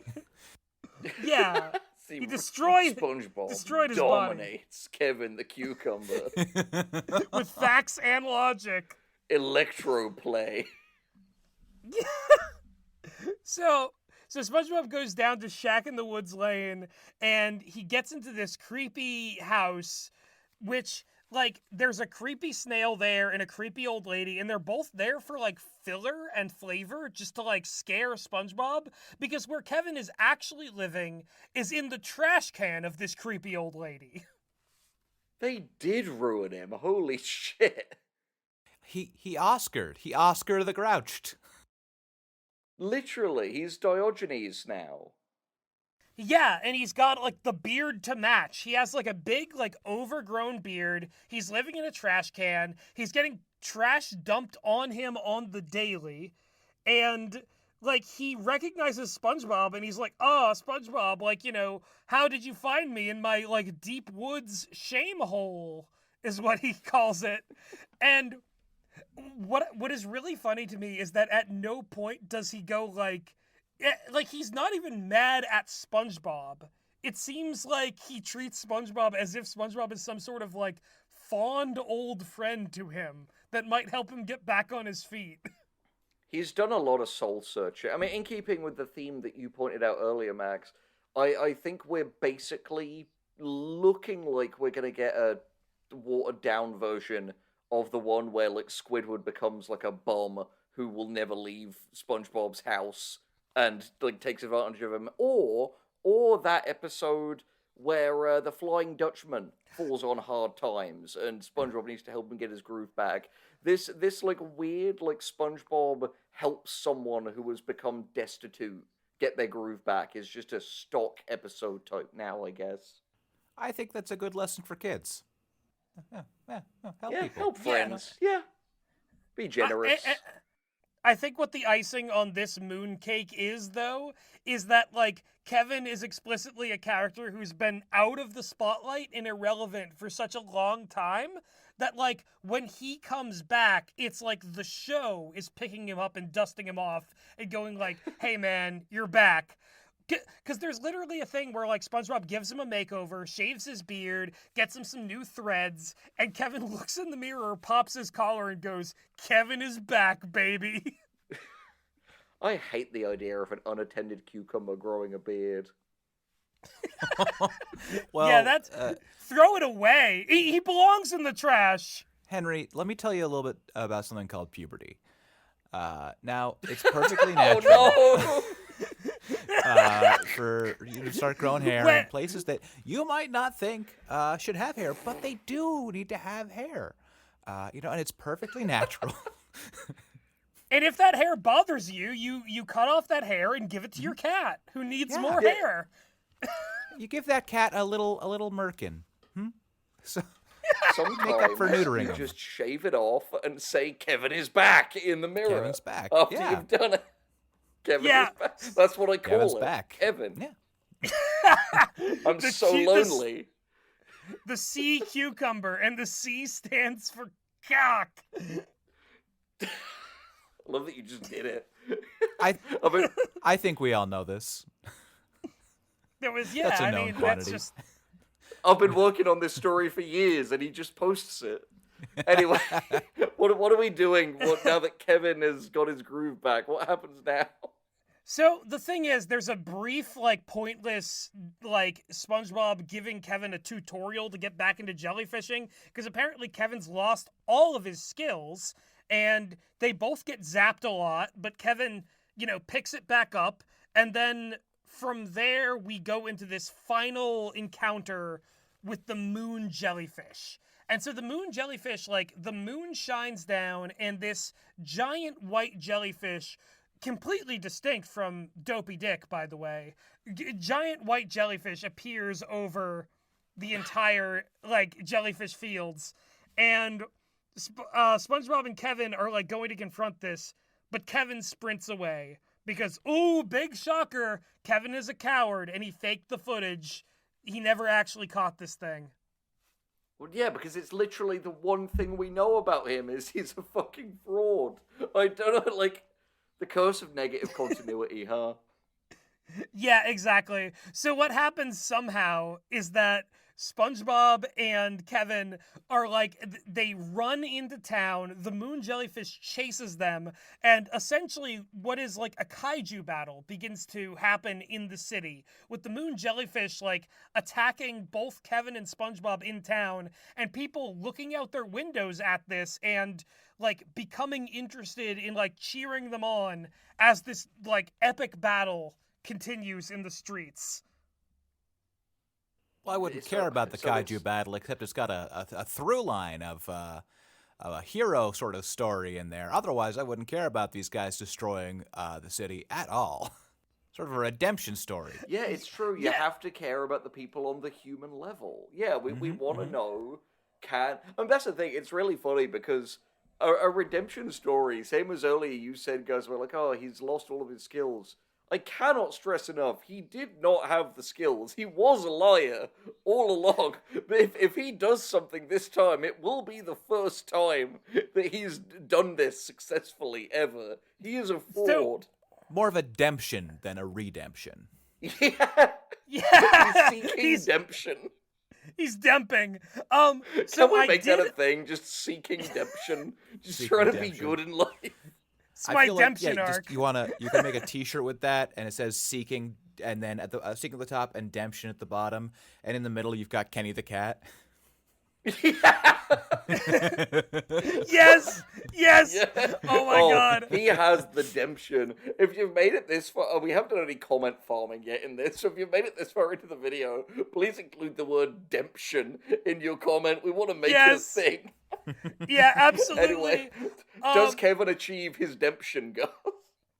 Okay, so I just remembered a line from this, and it's when Kevin reveals that he had like forged the video of him catching the moon jellyfish.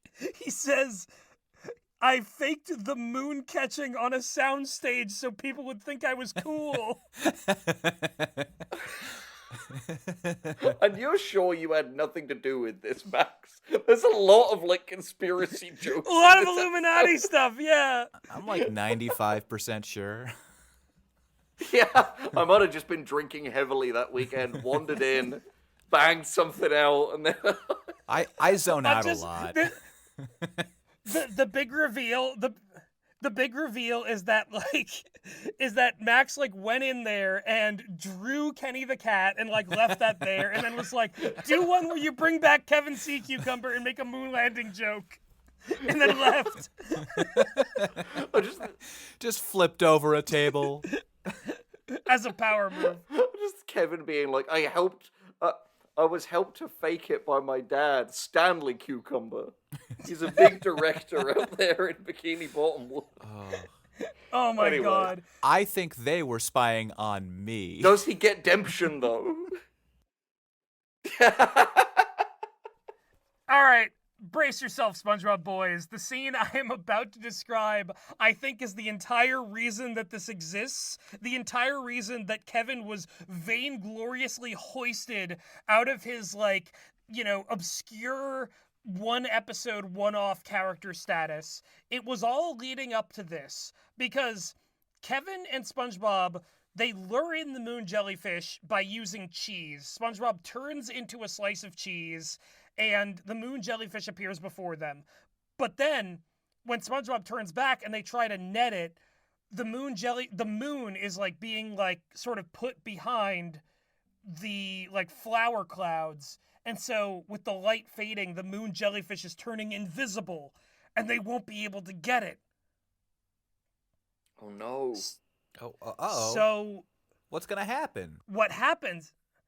Patrick shows up and he says, "It appears that you guys need some moonlight."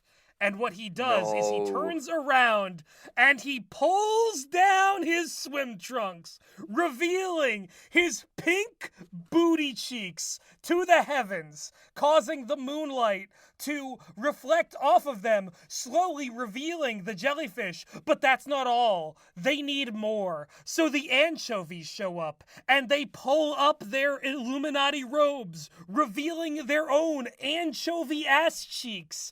From dual sides of the alleyway where this hunt is taking place, ropes come down. On one side is Mr. Krabs. On the other side is Larry the Lobster. Both of them follow suit, drop trow, aim their asses at the moon jellyfish, And in this unison, light they is all slowly start clapping them cheeks.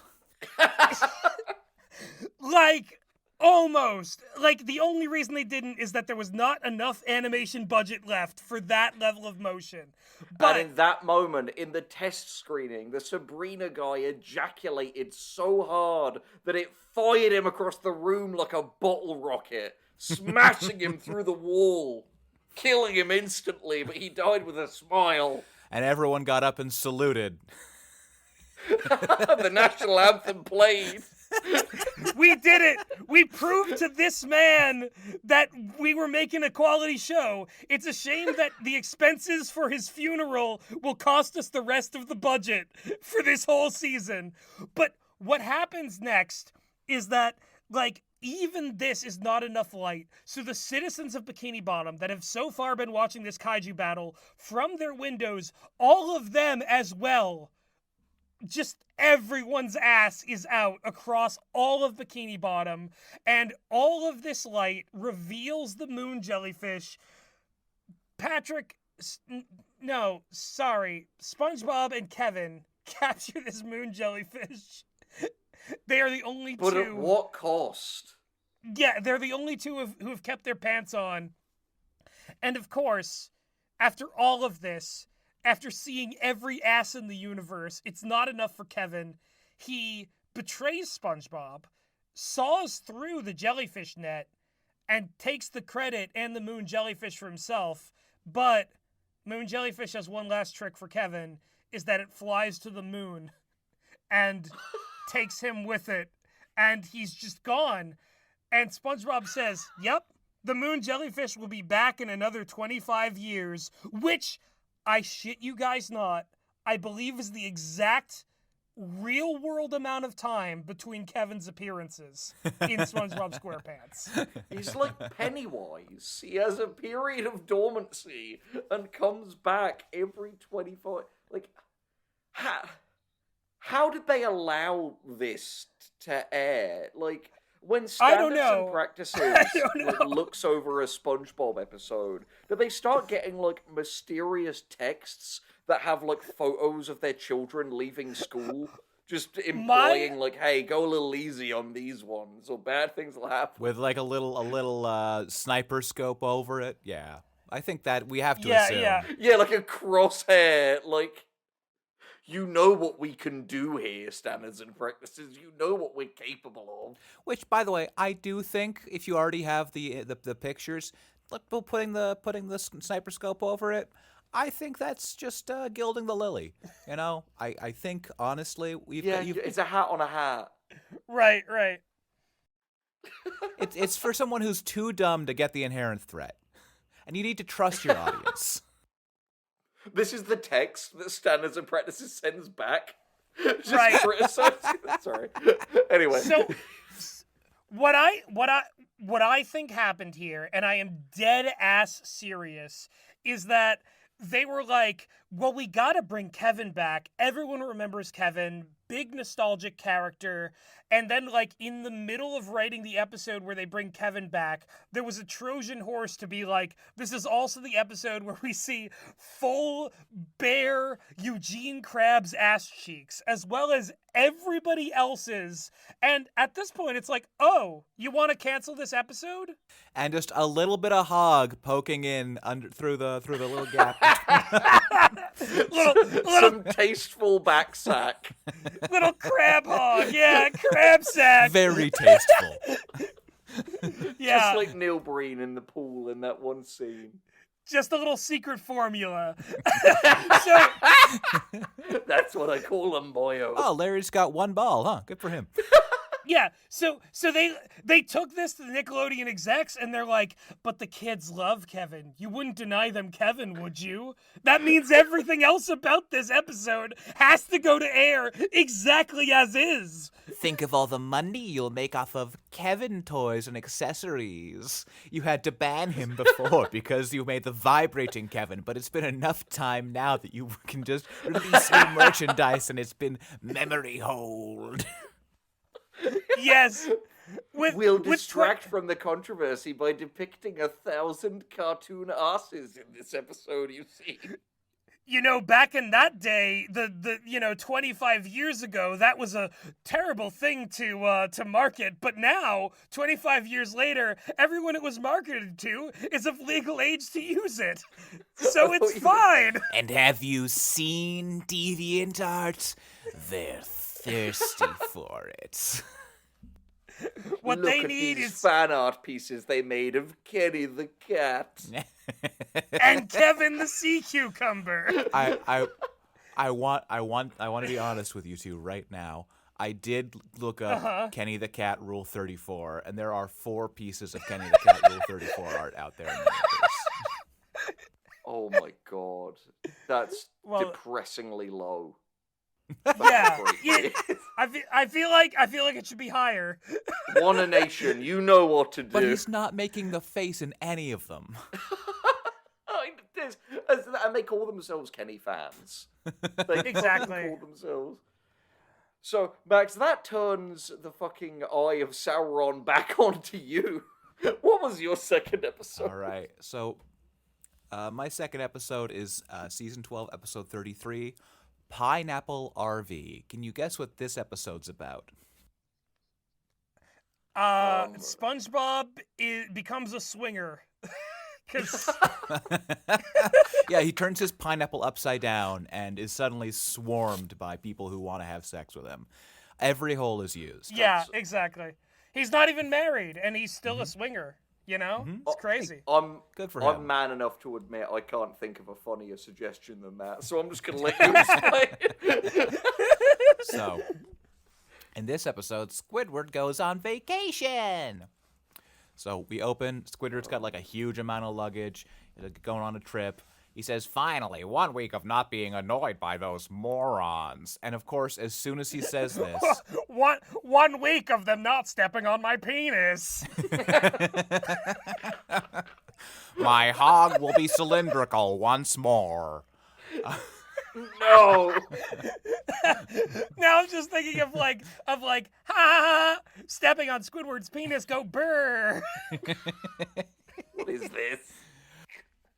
It's SpongeBob Boys. So they immediately appear from underneath the RV. He steps on them, and they're on like the little like sliding platforms that mechanics use. And by Squidward- they, you mean SpongeBob and Patrick? SpongeBob and Patrick, yes I do. Oh. Squidward steps on them and he slips. He goes flying, smacks into his big house, and and and Very wonderful, meaningful pause there, Max. His big house. his big fat cock.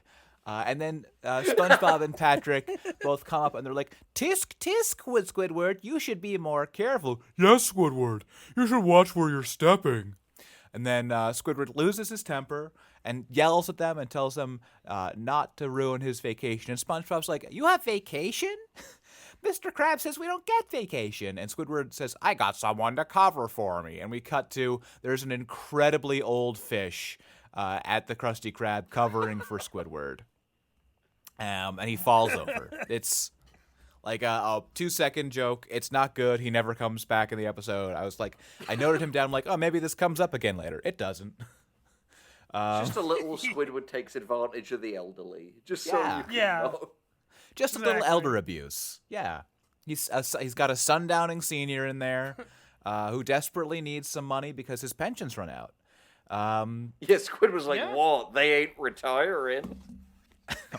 What? It's not like we have a safety net down here. In fact, we don't have any nets at all. We only have this crabbing net. Okay, so he made the terrible mistake of giving them his location. Mm-hmm. And yeah, so Squidward says, I don't want you guys coming along. I'm going to go to bask in the sounds of the warbling water lily, which only blooms once every 500 years, and I'm going alone so that I can enjoy it by myself.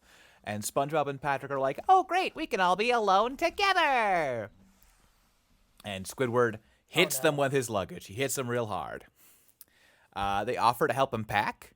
And Squidward's like, "Oh, sure, like, you could help me pack." And then cut to, they've actually done a fantastic job packing all the stuff. It's all tied up on the roof. It all looks nice. It's got that little shiny ding that shows, oh, they did a good job. And then Patrick's like, "Oh, wait, we forgot to pack something." And he pulls out the little wedge from beneath the RV wheel. He makes a real meal of it, too. It takes him a good 5 seconds. He's going like, oh, like he's trying to jerk off, but he's forgotten how. And he's just pulling out and not back down. Daily occurrence for Patrick. And that saved them $1,000 of animation. Yes. And Squidward's like, "Wait, no." After a good 5 seconds of Patrick tugging on it. Nice. And he pulls the block out. It pulls the block out and the RV starts rolling down the hill like we fucking knew it would. It rolls off. It goes through ridiculous obstacles, over a ramp, through a flaming hoop, and then through traffic, all zooming through it, and then it lands perfectly safely, and they're all like, "Phew!" And then, of course, immediately an anchor crashes down and smacks into it, and it explodes.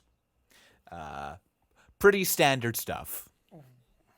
All of Squidward's worldly possessions are destroyed. Yes, and Squidward is in despair.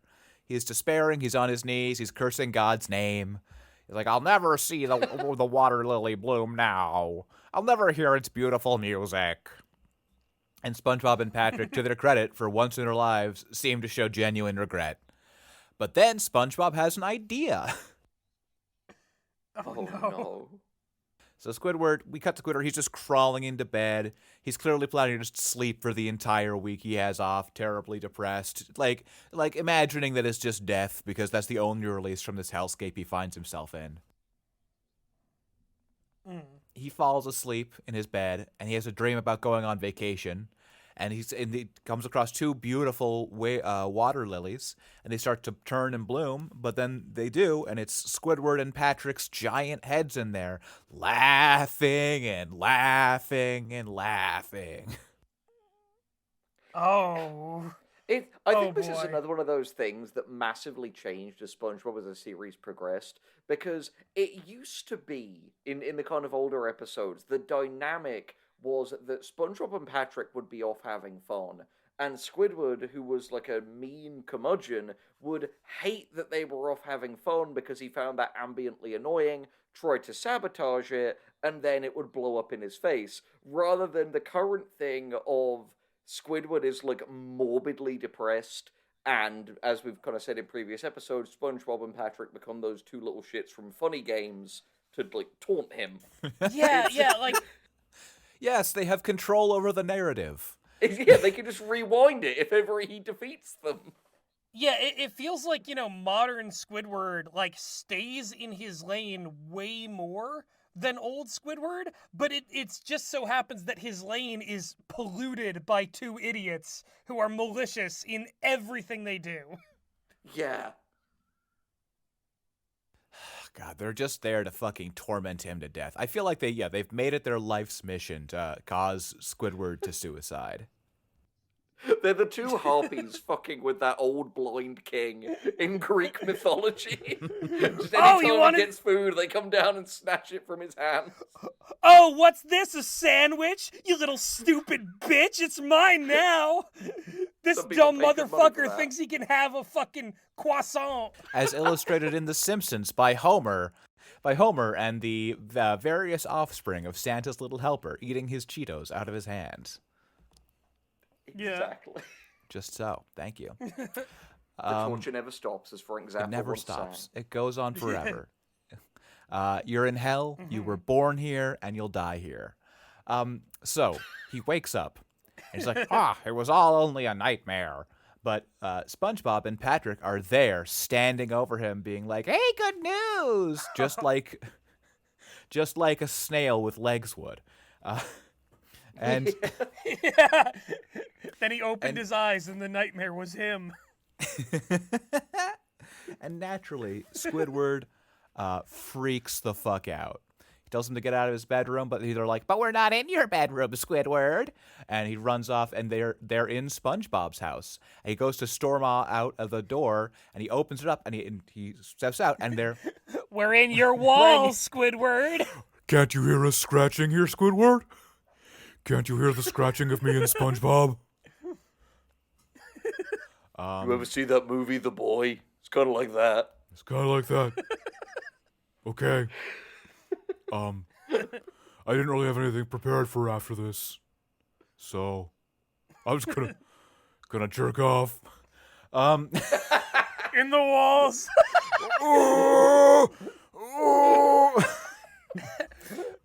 Patrick, Patrick, stop jerking off so quickly! You're gonna make the house fall down! Patrick, no! He's charging up. He's going Super Saiyan. No, boys! No, don't jerk off in Squidward's walls! His house is gonna fall down! There's only one thing you can do. I can't believe you two morons are jerking off in my walls instead Mr. of stepping Krabs. on my penis. I miss it now. So he opens the front door, and he's leaning out, and it's a road. It's a road outside. There's cars going by. He almost gets hit by a car, and it turns out they've turned SpongeBob's house into an RV. It's the titular pineapple RV. Oh, what? Oh my goodness. I know. Well then. And So this is why they had those, like, pit crew body sliders earlier. yeah, they appear to have stolen the front of the original RV and bolted it to the front of the pineapple. Wow. Which raises dark the question, geniuses. were they responsible for the anchor? Was that how they were harvesting parts in the first place? I think we must naturally say yes. Patrick was responsible for the W anchor in that wall. Anyway. What am I doing? Think about it. Right. Think about it. So They just, like, these two are so dumb that they loop back around to being, like, evil geniuses, is what it seems to be. something I say a lot in the Field Trip Sketch Comedy Presents Writer's Room is that if you go smart enough, it comes out dumb again. If you go dumb enough, it comes out smart again. I think it is a loop. I truly believe that. I think that's true. Genuine. Yeah. No, I also believe that about, like, comedy, genuinely. There was, I've quoted this before, I don't know if I ever did on Spongebob Boys, but I read a book once called The Hidden Tools of Comedy by the writer John Vorhaus, no one laugh.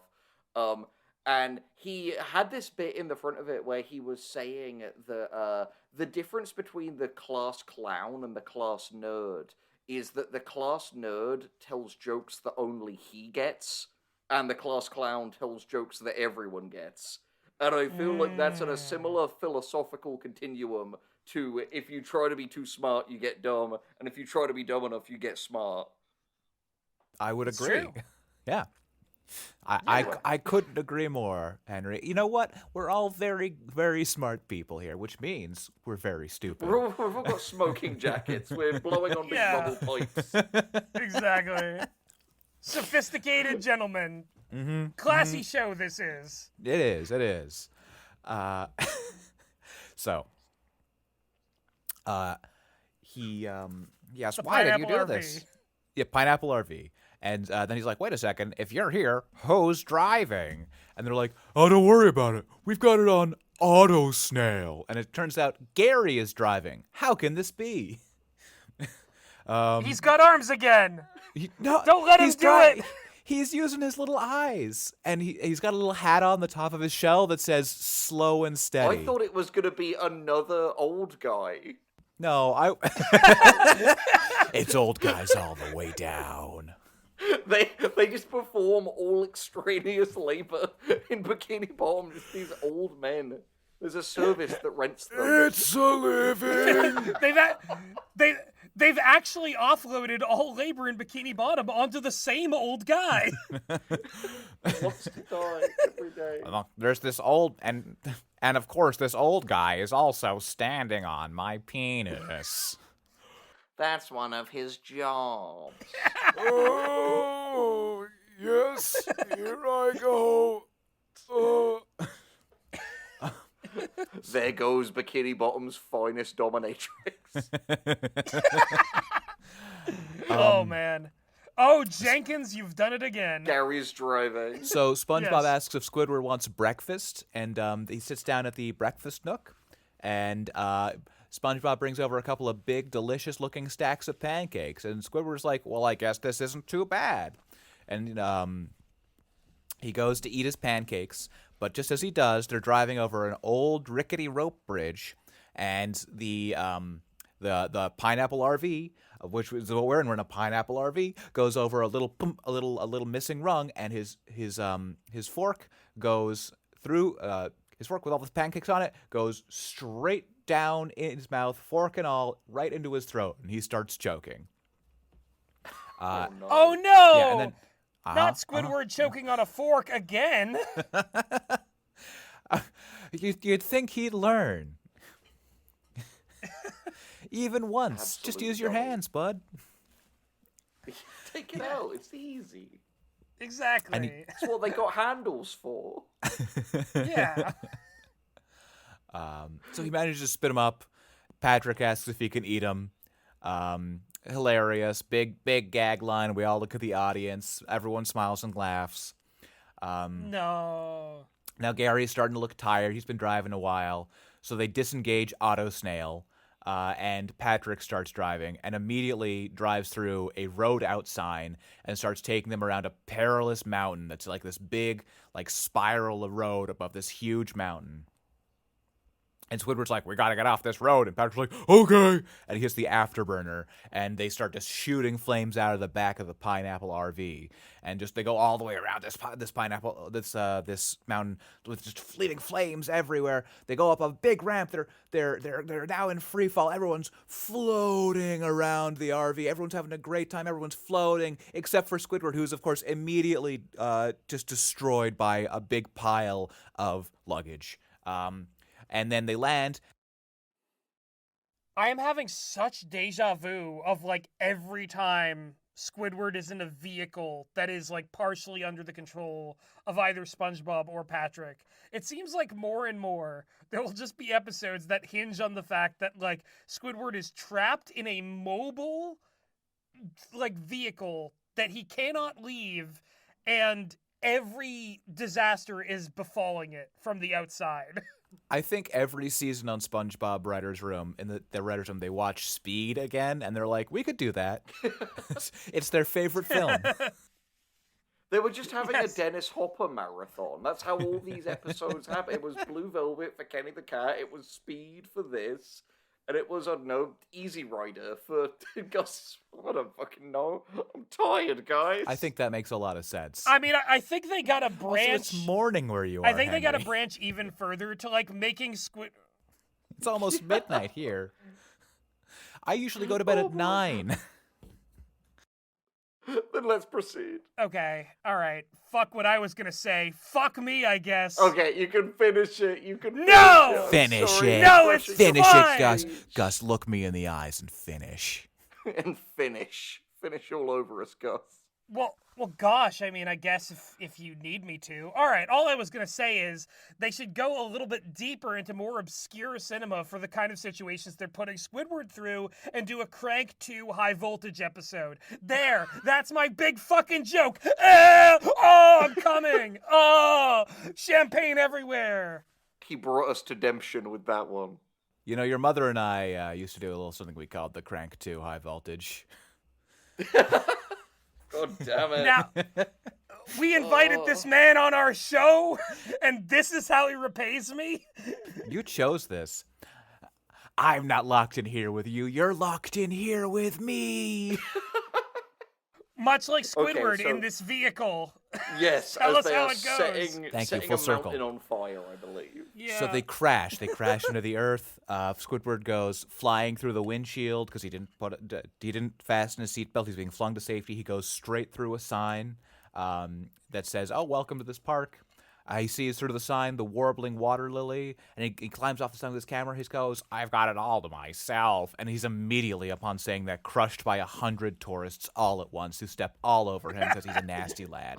And he gets up, he pushes through him. He goes to take a picture, but the second he looks through his viewfinder, it's gone. And then Patrick hands it to him, having plucked it out of the ground. It says, "Is this what you were looking for?" And he's like, yes, that's it. And it starts to bloom. And then, of course, it dies because it no longer has any fucking earth.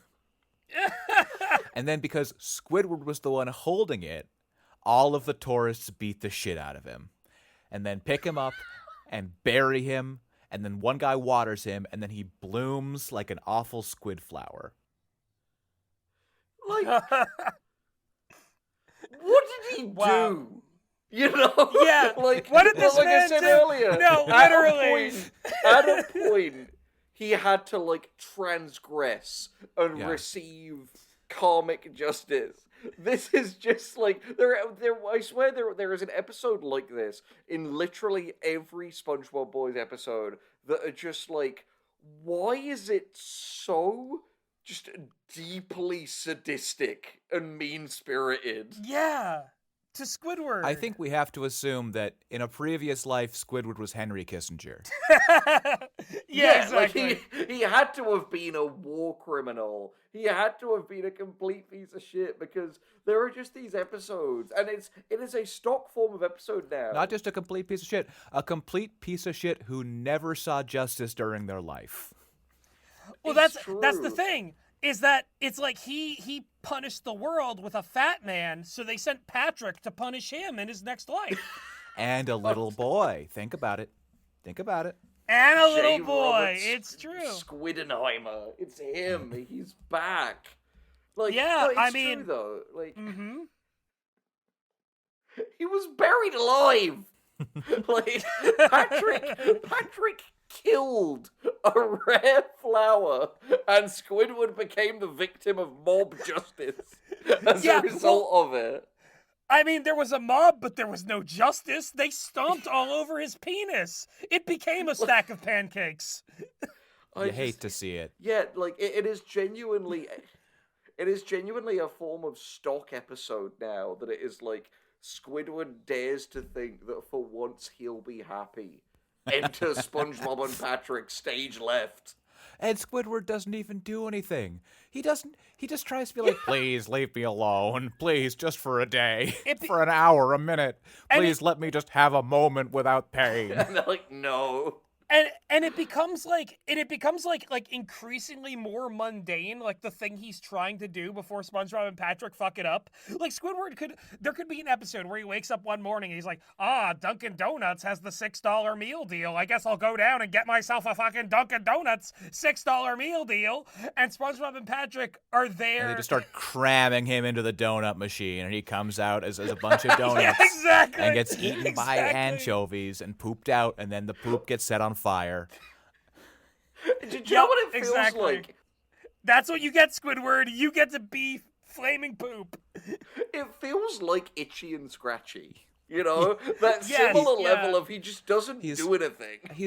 He's going to eat an ice cream cone, and Patrick comes along and just punches him in the dick, and the ice cream cone drops to the ground, and Squidward falls over and starts crying. Like, Exactly. I think we should have an episode to save some money that reduces this down to its rawest possible elements. It is Squidward with a bowl of cereal. SpongeBob and Patrick sit silently across from him. He's like kind of emaciated, and every time he is able to lift the spoon to his mouth, they just smack it out of his hands. No words are exchanged. He just whimpers a little bit, and he picks up the spoon again and tries again, and they smack it again. And it's just that for 11 straight minutes. And then when the credits roll, rather than the kind of music and the like flowers, they are just rolling over it, continuing to it's just a single gunshot. No, see, I was gonna go into a similar place where it's like, let's save even more money than that. Squidward is in his bed, he opens his eyes, he's staring down the barrel of a shotgun that SpongeBob is pointing at his face, and BAM! Credits! Squidward kills himself, and SpongeBob is like, no, not that easy. Snaps his fingers, he's healed. You thought it would be so easy, you old man. You die on my terms, Squidward. On my terms. He slithers into Squidward's body and starts wearing him like a suit. Oh. Yeah. Oh, man. You can't not feel sorry for him. You is all I'm can't. saying. So the episode's not over. Wait, it's not over? Wait, he's become It's a not flower, and Yeah, it's not yeah. over? He What, are pulls we gonna himself- see him undergo? Okay.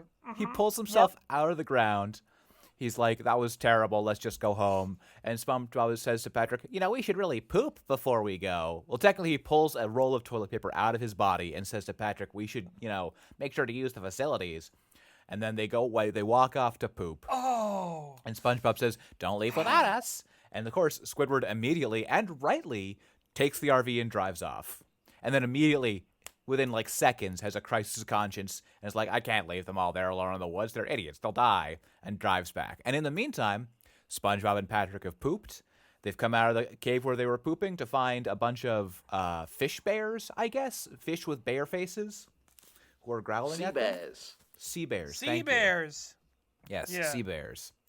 Squidward arrives at the campsite at the sound of screaming. He hears screaming. It's like, oh no! And he, oh no, my friends, they're dying! He runs to the cave where SpongeBob and Patrick are screaming from, and he comes up behind these sea bears. He's like, let them go! And he karate chops the sea bear very bravely.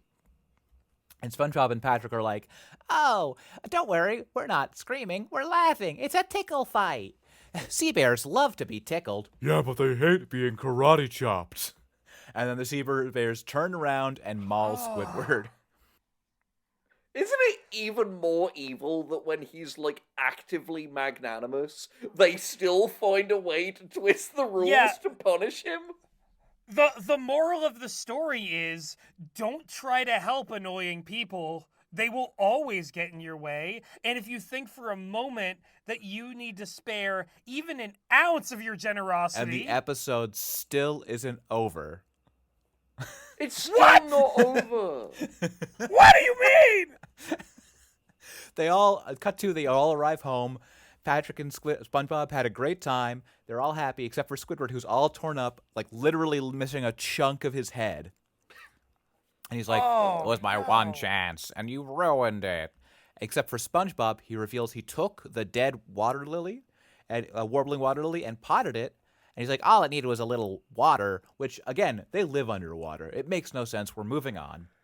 And it's now back to full health.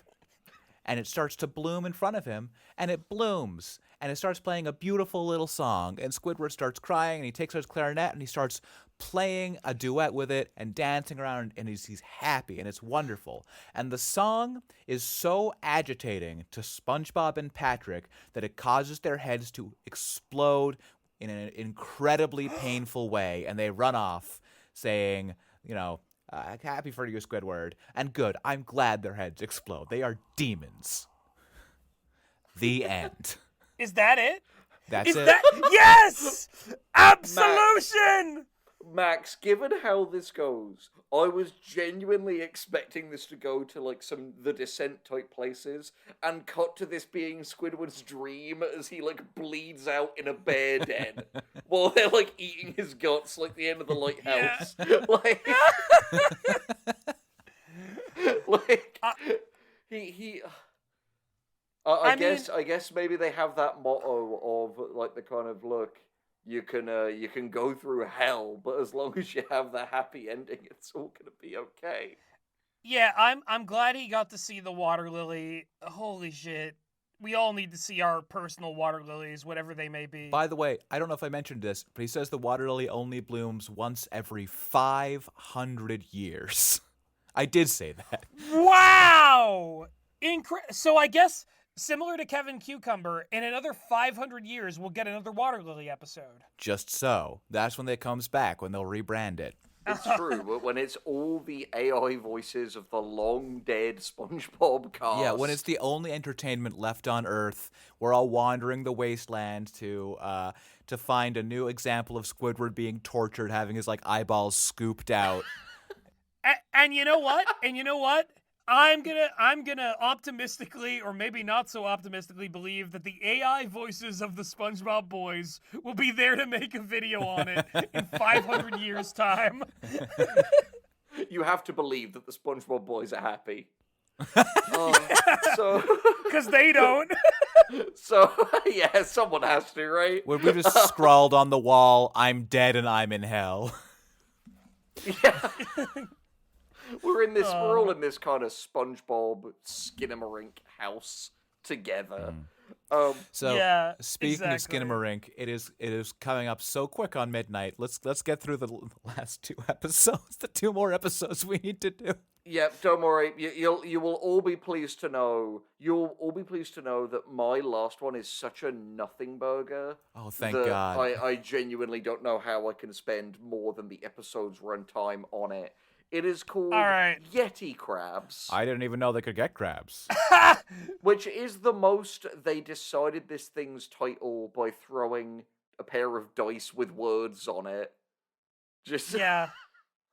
And this episode, again, it fully feels like they blew all their money on getting fucking Bismarcky in there and designing just the perfect character with Kenny the Cat. In this episode, it is literally there are no customers in the Krusty Krab, and as a result, Mr. Krabs is just desperately trying to think of like pointless busy work that Squidward and SpongeBob can do because he has a kind of classic late capitalist. If you got time to lean, you got time to clean type mentality, and such nonsense. But the problem is, because SpongeBob is such a lickspittle, he cannot resist doing the task hyper efficiently first, the second Mr. Krabs delegates it to Squidward, so Squidward can continue loafing. I feel like maybe this is cosmically SpongeBob doing this as recompense for what he and Patrick did to Squidward in Max's last episode.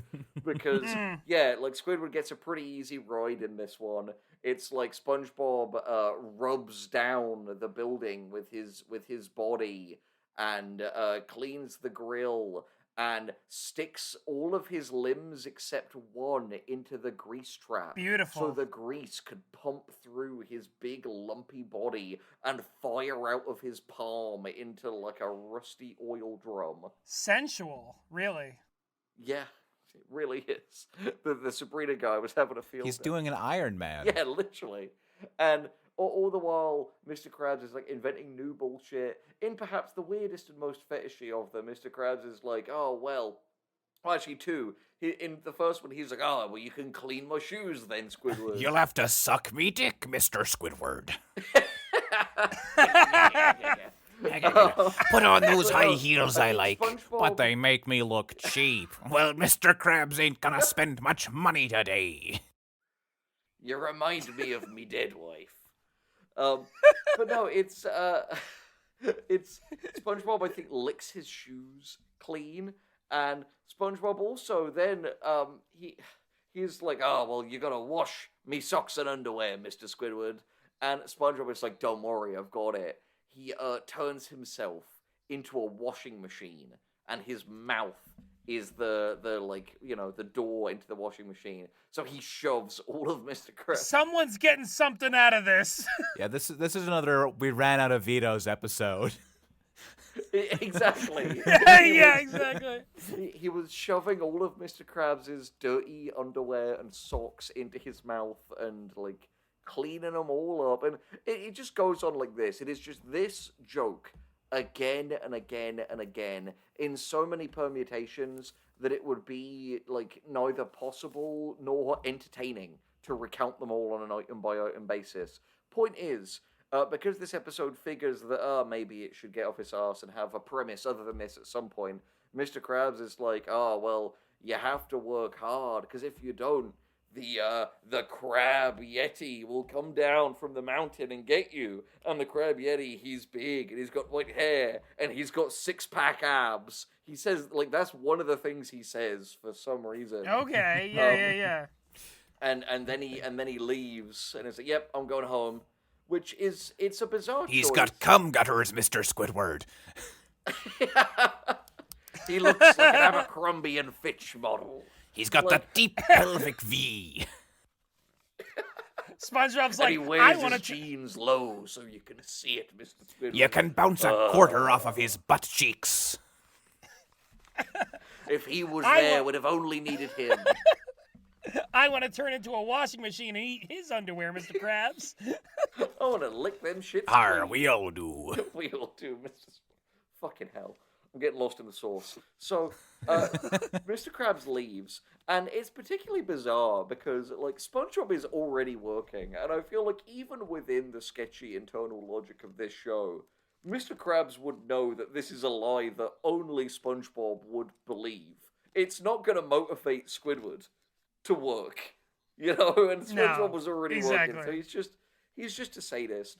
But then we get the French narrator going, at that moment, by pure coincidence. And there is an actual Krabs Yeti. It is not, in fact, Mr. Krabs in a suit, as I initially thought. Let me get a photo of this guy real quick. He does have Let's the, go. like, SpongeBob, version. God One damn more it. Kenny the cat. One more Kenny for the road. That's his shrine. Oh, I forgot to mention, by the way, the thing in the Kenny episode, because there is just so much. SpongeBob. I love has how this- high he looks. He has this stack of Kenny-based magazine periodicals. Like, each one is a different gag. It's incredibly strange. So anyway, this is the Yeti crab, who does exist and is real. Please don't take forever loading, Discord. You'll embarrass me in front of the other SpongeBob boys. There it is. Like horrid. He's First bad. of all, horrid. Second of all, like, First No. of all, gay. Second of all, stupid. Okay, so this guy shows up and he starts Fake making and gay. trouble, and SpongeBob believes in him and is like, "Oh, he's scary. We need to keep doing work so he won't eat us." While Squidward does all your standard, like, kind of Scooby-Doo. You know, in any instance of Scooby-Doo where the monster actually is real, but because they've encountered so many fakers, they have that obligatory gag where someone is like, "Oh, and this rubber mask is, like, the fakest I've ever seen," and they, like, pull on the monster's face, and it's like, "Oh, why are you doing this? You should be scared of me." That kind of shit, you know? oh, okay, yeah. And eventually Squidward is like, "No, I'm gonna big dick this Yeti," which I'm pretty sure is somehow Mr. Krabs in disguise. And he goes outside and he makes himself a crab Yeti disguise out of garbage. And he comes in and he fights. He fights the other Yeti. And they just start fucking. And I have a picture of that as well. Nothing Oh. could explain the picture quality of this image. Nothing. I don't know why Wow. it looks like this.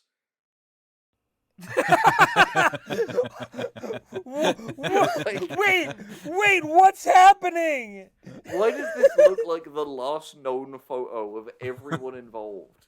This feels like a Polaroid you would find in a serial killer's basement. It's incredibly strange. Henry, I like how you've implied a last known photo of something that depicts no real people.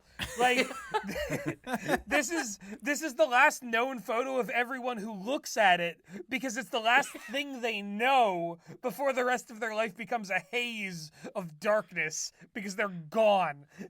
Max has his camera on during this, and I'm half expecting to see the door behind him creak open, and the video will just cut.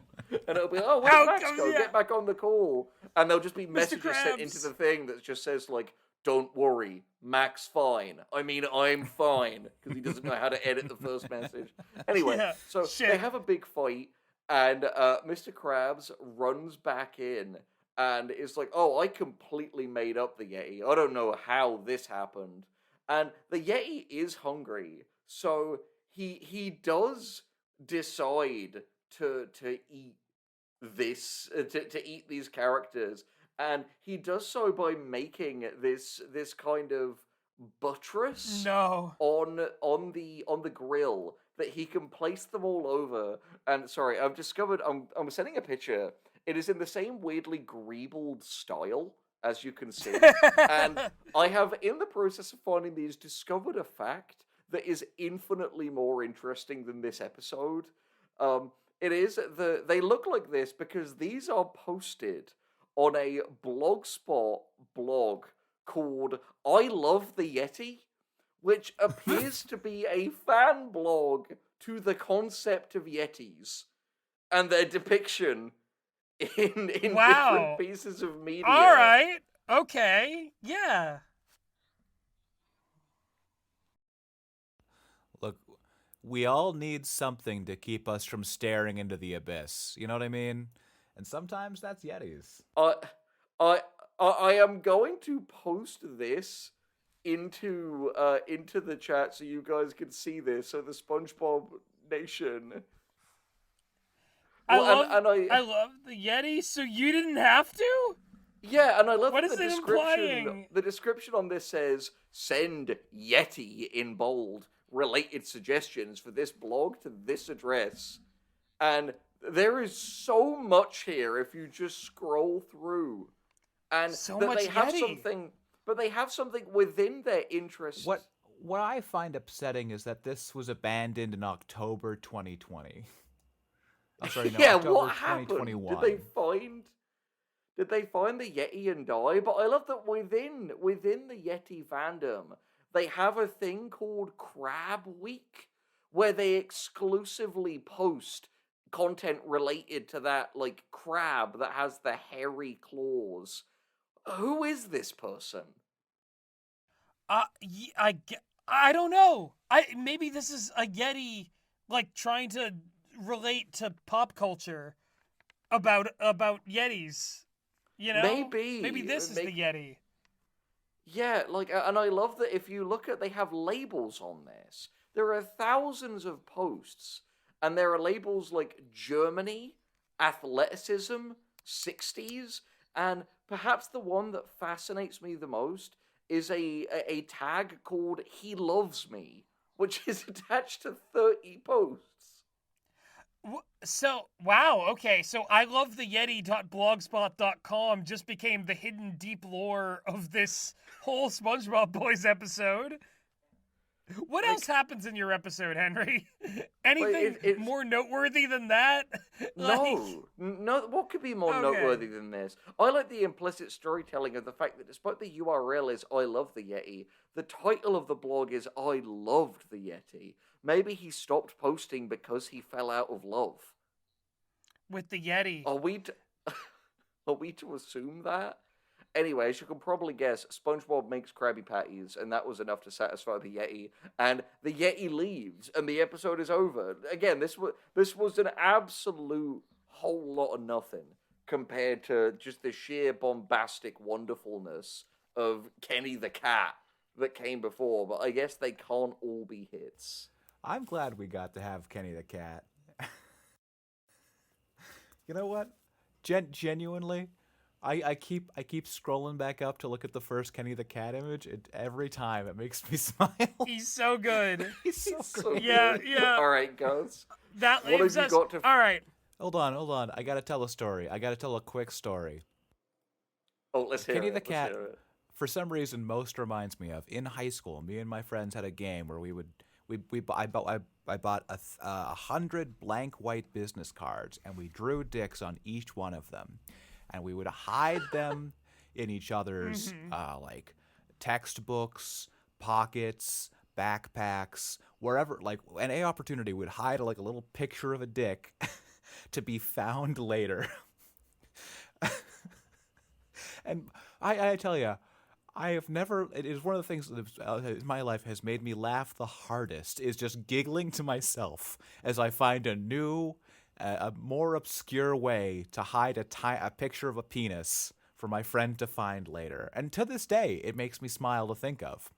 And Kenny the Cat has the exact same energy to him as that. I can't explain it. But I look at this man and I feel the exact same way I did when I was a teenager and me and my friends were playing an elaborate homoerotic game of hiding pictures of penises. And I must say, Max, I love that as you were telling that story, I scrolled up and looked at him too. Your little screen is on top and Kenny the Cat is below. I love that throughout that story, you were unconsciously mimicking his pose. Doing the Kenny the Cat. with the Yeah, yeah. Holding the Phantom Doobie. He's so powerful. That's He's got awesome. 5 on it. I love Kenny the Cat. Nothing Me can too. top Kenny the Cat, least of all this last episode called Hysterical History. Oh, boy. So this is the one where SpongeBob and Patrick take Sandy to the museum, the Bikini Bottom History Museum, and the absolute whiplash in the beginning of this episode of them blindfoldedly leading Sandy to the museum, which is a giant anchor, and then her being like, "Oh, well, I'm the one who bought the tickets to this museum, so I'm glad that we're here because this is where I wanted to go." So, like, I don't know what that's trying to convey. They like, she's apparently doing some sort of like historical research thing for something called the Naval Gazette, which is a magazine. And Patrick makes a joke about gazing at his own navel, and he has like a little magnifying glass on his navel, and we see Belly Button Lint, because, you know, Belly Button Lint is one of the funniest things that I'm any glad you're here, cartoon artist has Patrick. ever drawn. Yeah, Yeah, so you're really much. doing it. Belly Button Lint is the Kenny the Cat of bodily functions, I would say. You know, when you put it that way, it is really funny. If you think about it, it's the Kenny the Cat of things that aren't funny. It is. It's a very Yeah. hard. It's the So- Kenny the so, Cat like, of, the polar ways opposite to of Kenny the find Cat. pieces of fabric around. Yeah. Right, on the right. human body. So anyway, they go into this fucked up museum. Yeah. And the first exhibit is Bikini Bottom's oldest security guard, who our good friend Charlie Green has called SpongeBob's Mole Man. He's one of the various Old Man Jenkinses. This guy goes like, you get out of the generic old man stuff. He's the oldest security guard, and that's the joke, is that he's one of the exhibits. And he'll show up periodically throughout this to complain about them. It's not important. They go into this first exhibit, which is a like prehistoric times exhibit, cave sponge times. We get like a little backstory of like SpongeBob and Patrick talking about like themselves, and we see those like caveman SpongeBob and Patrick like primitive designs in this flashback. And supposedly Bikini Bottom, according to the lore of this episode, was once called Bikini Top. And then a giant anchor smashed down on the hill. Yes, that exact one. In fact, SpongeGar. Spongegar. So out of the sky, a giant anchor fell on Bikini Top, pushed it down into the earth, and then all the buildings and like the sign popped up out of the ground, and that was how the thing was formed. And SpongeBob and Patrick tell this story to Sandy, and they start like the cavemen start freaking out at the end of the story, and we cut back to the present, and SpongeBob and Patrick are just going ape like the cavemen were at the end of the story. Like they're just like freaking out and hooting and hollering. And tell us in the comments, are you a bikini top or a bikini bottom? Sheesh. I mean, I guess I got to go through the filter on this one too. So, Sandy is really skeptical about all of this. She's drawing like various things in her notebook. Like she draws like a screw and a baseball at one point to like be like, this is a screwball story. At one point, she draws like a bull in her notebook, and there's like a murr noise because it's like, oh, that story's bull, you know? So what I realized all too soon is that this episode is a like pseudo-historical, like it's a dang historical time period clip show with the SpongeBob characters as people through various like times in history, like the Wild West and the Industrial Revolution. And you know what's better than edutainment? Wildly inaccurate like edutainment, you know? Complete misinformation edutainment. It's the Kenny the Cat of edutainment, yeah. Yeah, lies utainment. Right. We've said this before, Gus, but this is one of those like breeds of episodes that are such like harbingers of doom for a TV show. Like nothing says we are going headlong into seasonal rot more than we have got tired of our own premise. We are going to take our characters and simply transpose them into other settings and stories and movies and novels. I think it is genuinely it is the TV show equivalent of like the hungover teacher wheeling the TV in and putting something on for the class. Yes. I could not agree more, because there is the most like blatant recursion in this episode, like of like just like fully plagiarizing a joke from the old seasons. And it's in the Pioneer days.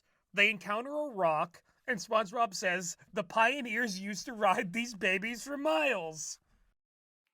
Which is a callback purely for the sad fucks like us that are watching this as adults for content. Just furious. That made me feel lonelier and more broken than I ever have in my entire life. It made me realize, oh shit, everyone knows I'm a loser. And so eventually we all die. Yeah, and I will be the guy who knew that the rocks in SpongeBob were used by the pioneers in SpongeBob, and that will be information that will be trapped in my brain, and no one will mourn that it's gone when I am too. As the light is fading from your eyes and like your bodily systems are shutting down one by one, all your senses are shutting off, like your forebrain is deactivated. Surrounded by like the few loved ones who hung on the whole way through, I just go like, the pioneers used to ride these babies for miles. And they're like, what did he mean? None of us are stupid fools. We don't know. And the picture of Kenny the Cat slips out of your hands and the camera focuses on it. It's a symbol of your lost innocence. And I'm like, I should have held out just a little bit longer like Kenny would have. There's also something so funny about the idea of someone watching this episode alone in the dark on their sofa and like that joke happening, and you're like, huh, I get that. Lifts a gun to the side of your head. Oh man, love lift us up where we belong. I was thinking it was going to be Tears for Fears Mad World. Yeah. It could be anything. It could be all of them. All around me are familiar faces. Yeah. And so And so the rock runs over the old man Jenkins, because of course it does, symbolically killing my future self. They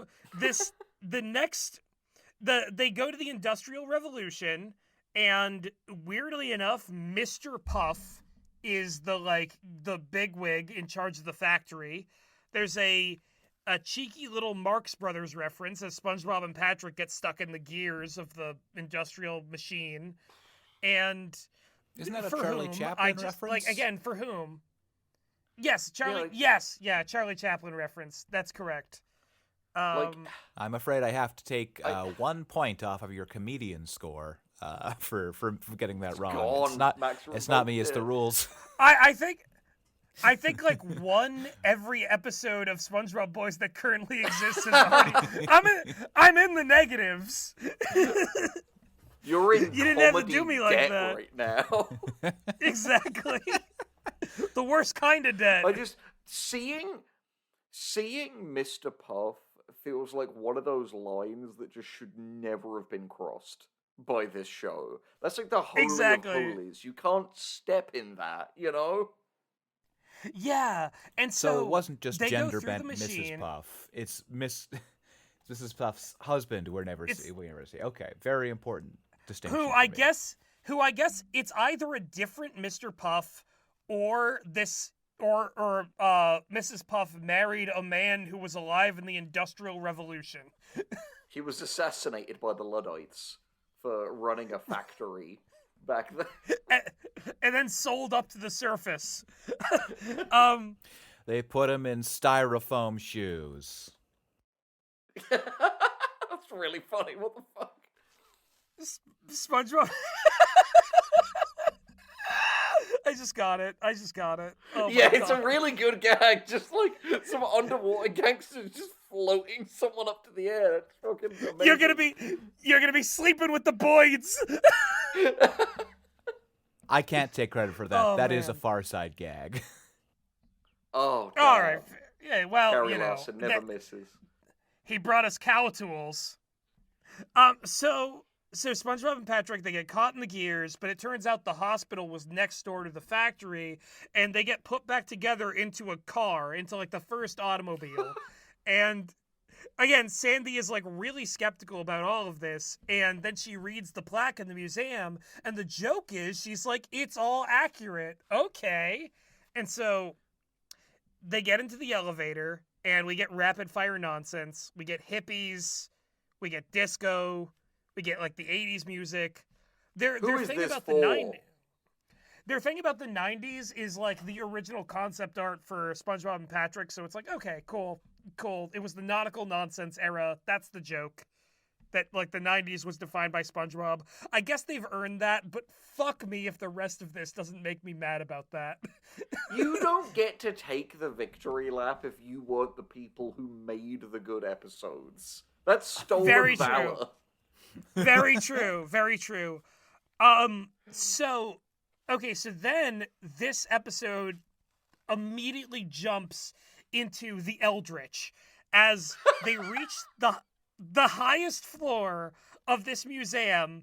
Is like, it's all these bizarre futuristic devices, and they're like looking at like Bikini Bottom's future, which includes, among other things, a magical adult diaper ray, which shoots SpongeBob and Patrick, who are... Come on! They are overjoyed All out of to have their current vetoes. clothing.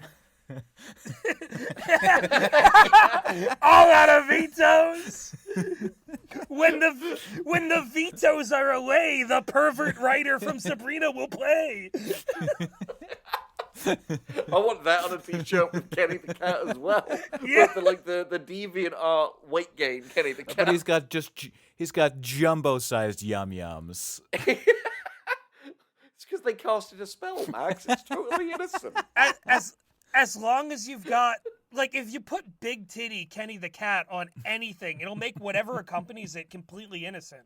Completely above board. Good morning, and today we have new sentences never before uttered in history. It's true. So this next... I do have to say, there is something genuinely terrifying about, like, oh, sorry, you've wandered into the wing of the museum about history that hasn't happened yet. Come back in 10 years to get this stuff. Yeah, no, so literally, new history is forming as they're doing it, and they see that Bikini Bottom is ruled over by a statue of the security guard. And the security guard, apparently, is like the architect of a future where he will rule. And they refer to him as Old Man Walker. And he comes out, he's not a Jenkins, he's Old Man Walker. SpongeBob's Mole Man was the villain the whole time. He has a, like, robot walker suit, and he's like, you'll never stop me. You'll never stop this future that I'm about to create. And, Sandy, SpongeBob, and Patrick, they, like, try to flee the museum, and I forget exactly how it happened. Oh, no, the best way for any plot to progress, it just happens randomly that the anchor is yoinked out of the ocean, seized back up into the sky, taking Old Man Walker with it, and thus all of Bikini Bottom's history vanishes upwards into the ether. I mean, that does feel quite Lovecraftian in structure. The idea that, like, the final moment is, like, how insignificant any of this was in the face of some ship that just wanted their anchor back. Yeah, and I just think about how, like, the anchor came down and it created the buildings and it shaped civilization, and then the anchor is taken away, and the future of Bikini Bottom is left uncertain. And there's the last, like, ending bumper on this is that, like, they go, well, now Bikini Bottom's future can be normal. And we see Mr. Krabs running with a Krabby Patty away from Plankton in a robot suit. And that's where it ends because they could not think of anything else. Genuinely. And that was SpongeBob Boys.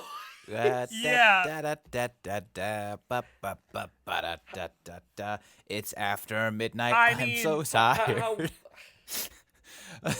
Oh, jeez. All right, we're gonna let Max get Please. some sleep. Let First me things go. I first, wish I'd never made that wish. Before we reiterate our plug. Number one, congratulations to Mayor of New York, Zoran Mamdani, Hey. who Yo! won in the course of this We recording. did it. It was because of us. and- It was all worth it. It was all worth it. Kenny the cat we, did the it. SpongeBob Boys. The Kenny the did it! cat Kenny the- of Kenny New the York cat! mayors. Oh, He's hell the yeah. symbol of our. I hope he'll get a high flying position in the cabinet. Oh. And Max, if you would like to remind the people at home one more time the name of your new sketch show and where they can find it. You can find Field Trip Sketch Comedy Presents wherever you download podcasts. So just go to your podcatcher, go to Spotify. I guess don't go to YouTube. We don't have anything up on there, but we probably should. And you can just type in Field Trip Sketch Comedy Presents. It's the one with the cute little stick figures. I'm not sure when this airs, but we already have a trailer up on the feed, and we're going to be having our first episode drop November 25th. Then every 2 weeks after that, with a little hiatus in the middle for the holidays. I think it's great, and I think you will too. Topical. We will keep Yeah. it topical. We will keep Sick. it topical. We will get this episode out. Thank you so much Yes, for we being shall. on, Max. This has been a real delight. I feel like, it's like It's been wonderful. It's been I've had a- been the three of us, SpongeBob Boys holding it down, but really honorary SpongeBob Boy, Kenny the cat. Kenny the cat. Thank Kenny. you. I've had a great time. Would love And to do as it a- again. Maybe a little earlier in the day. Next time I'll stay up late and you guys Yeah, can have that me, is I swear. Let the record show that is the first guest who said, I want to do this again, like out the gate. It's fun. We've found another guy broken in the same way we are. Exactly. This is another guy who knows that the pioneers used to ride these babies for miles. Oh, And yet again, more proof that you're not ready. you were not ready. You weren't ready.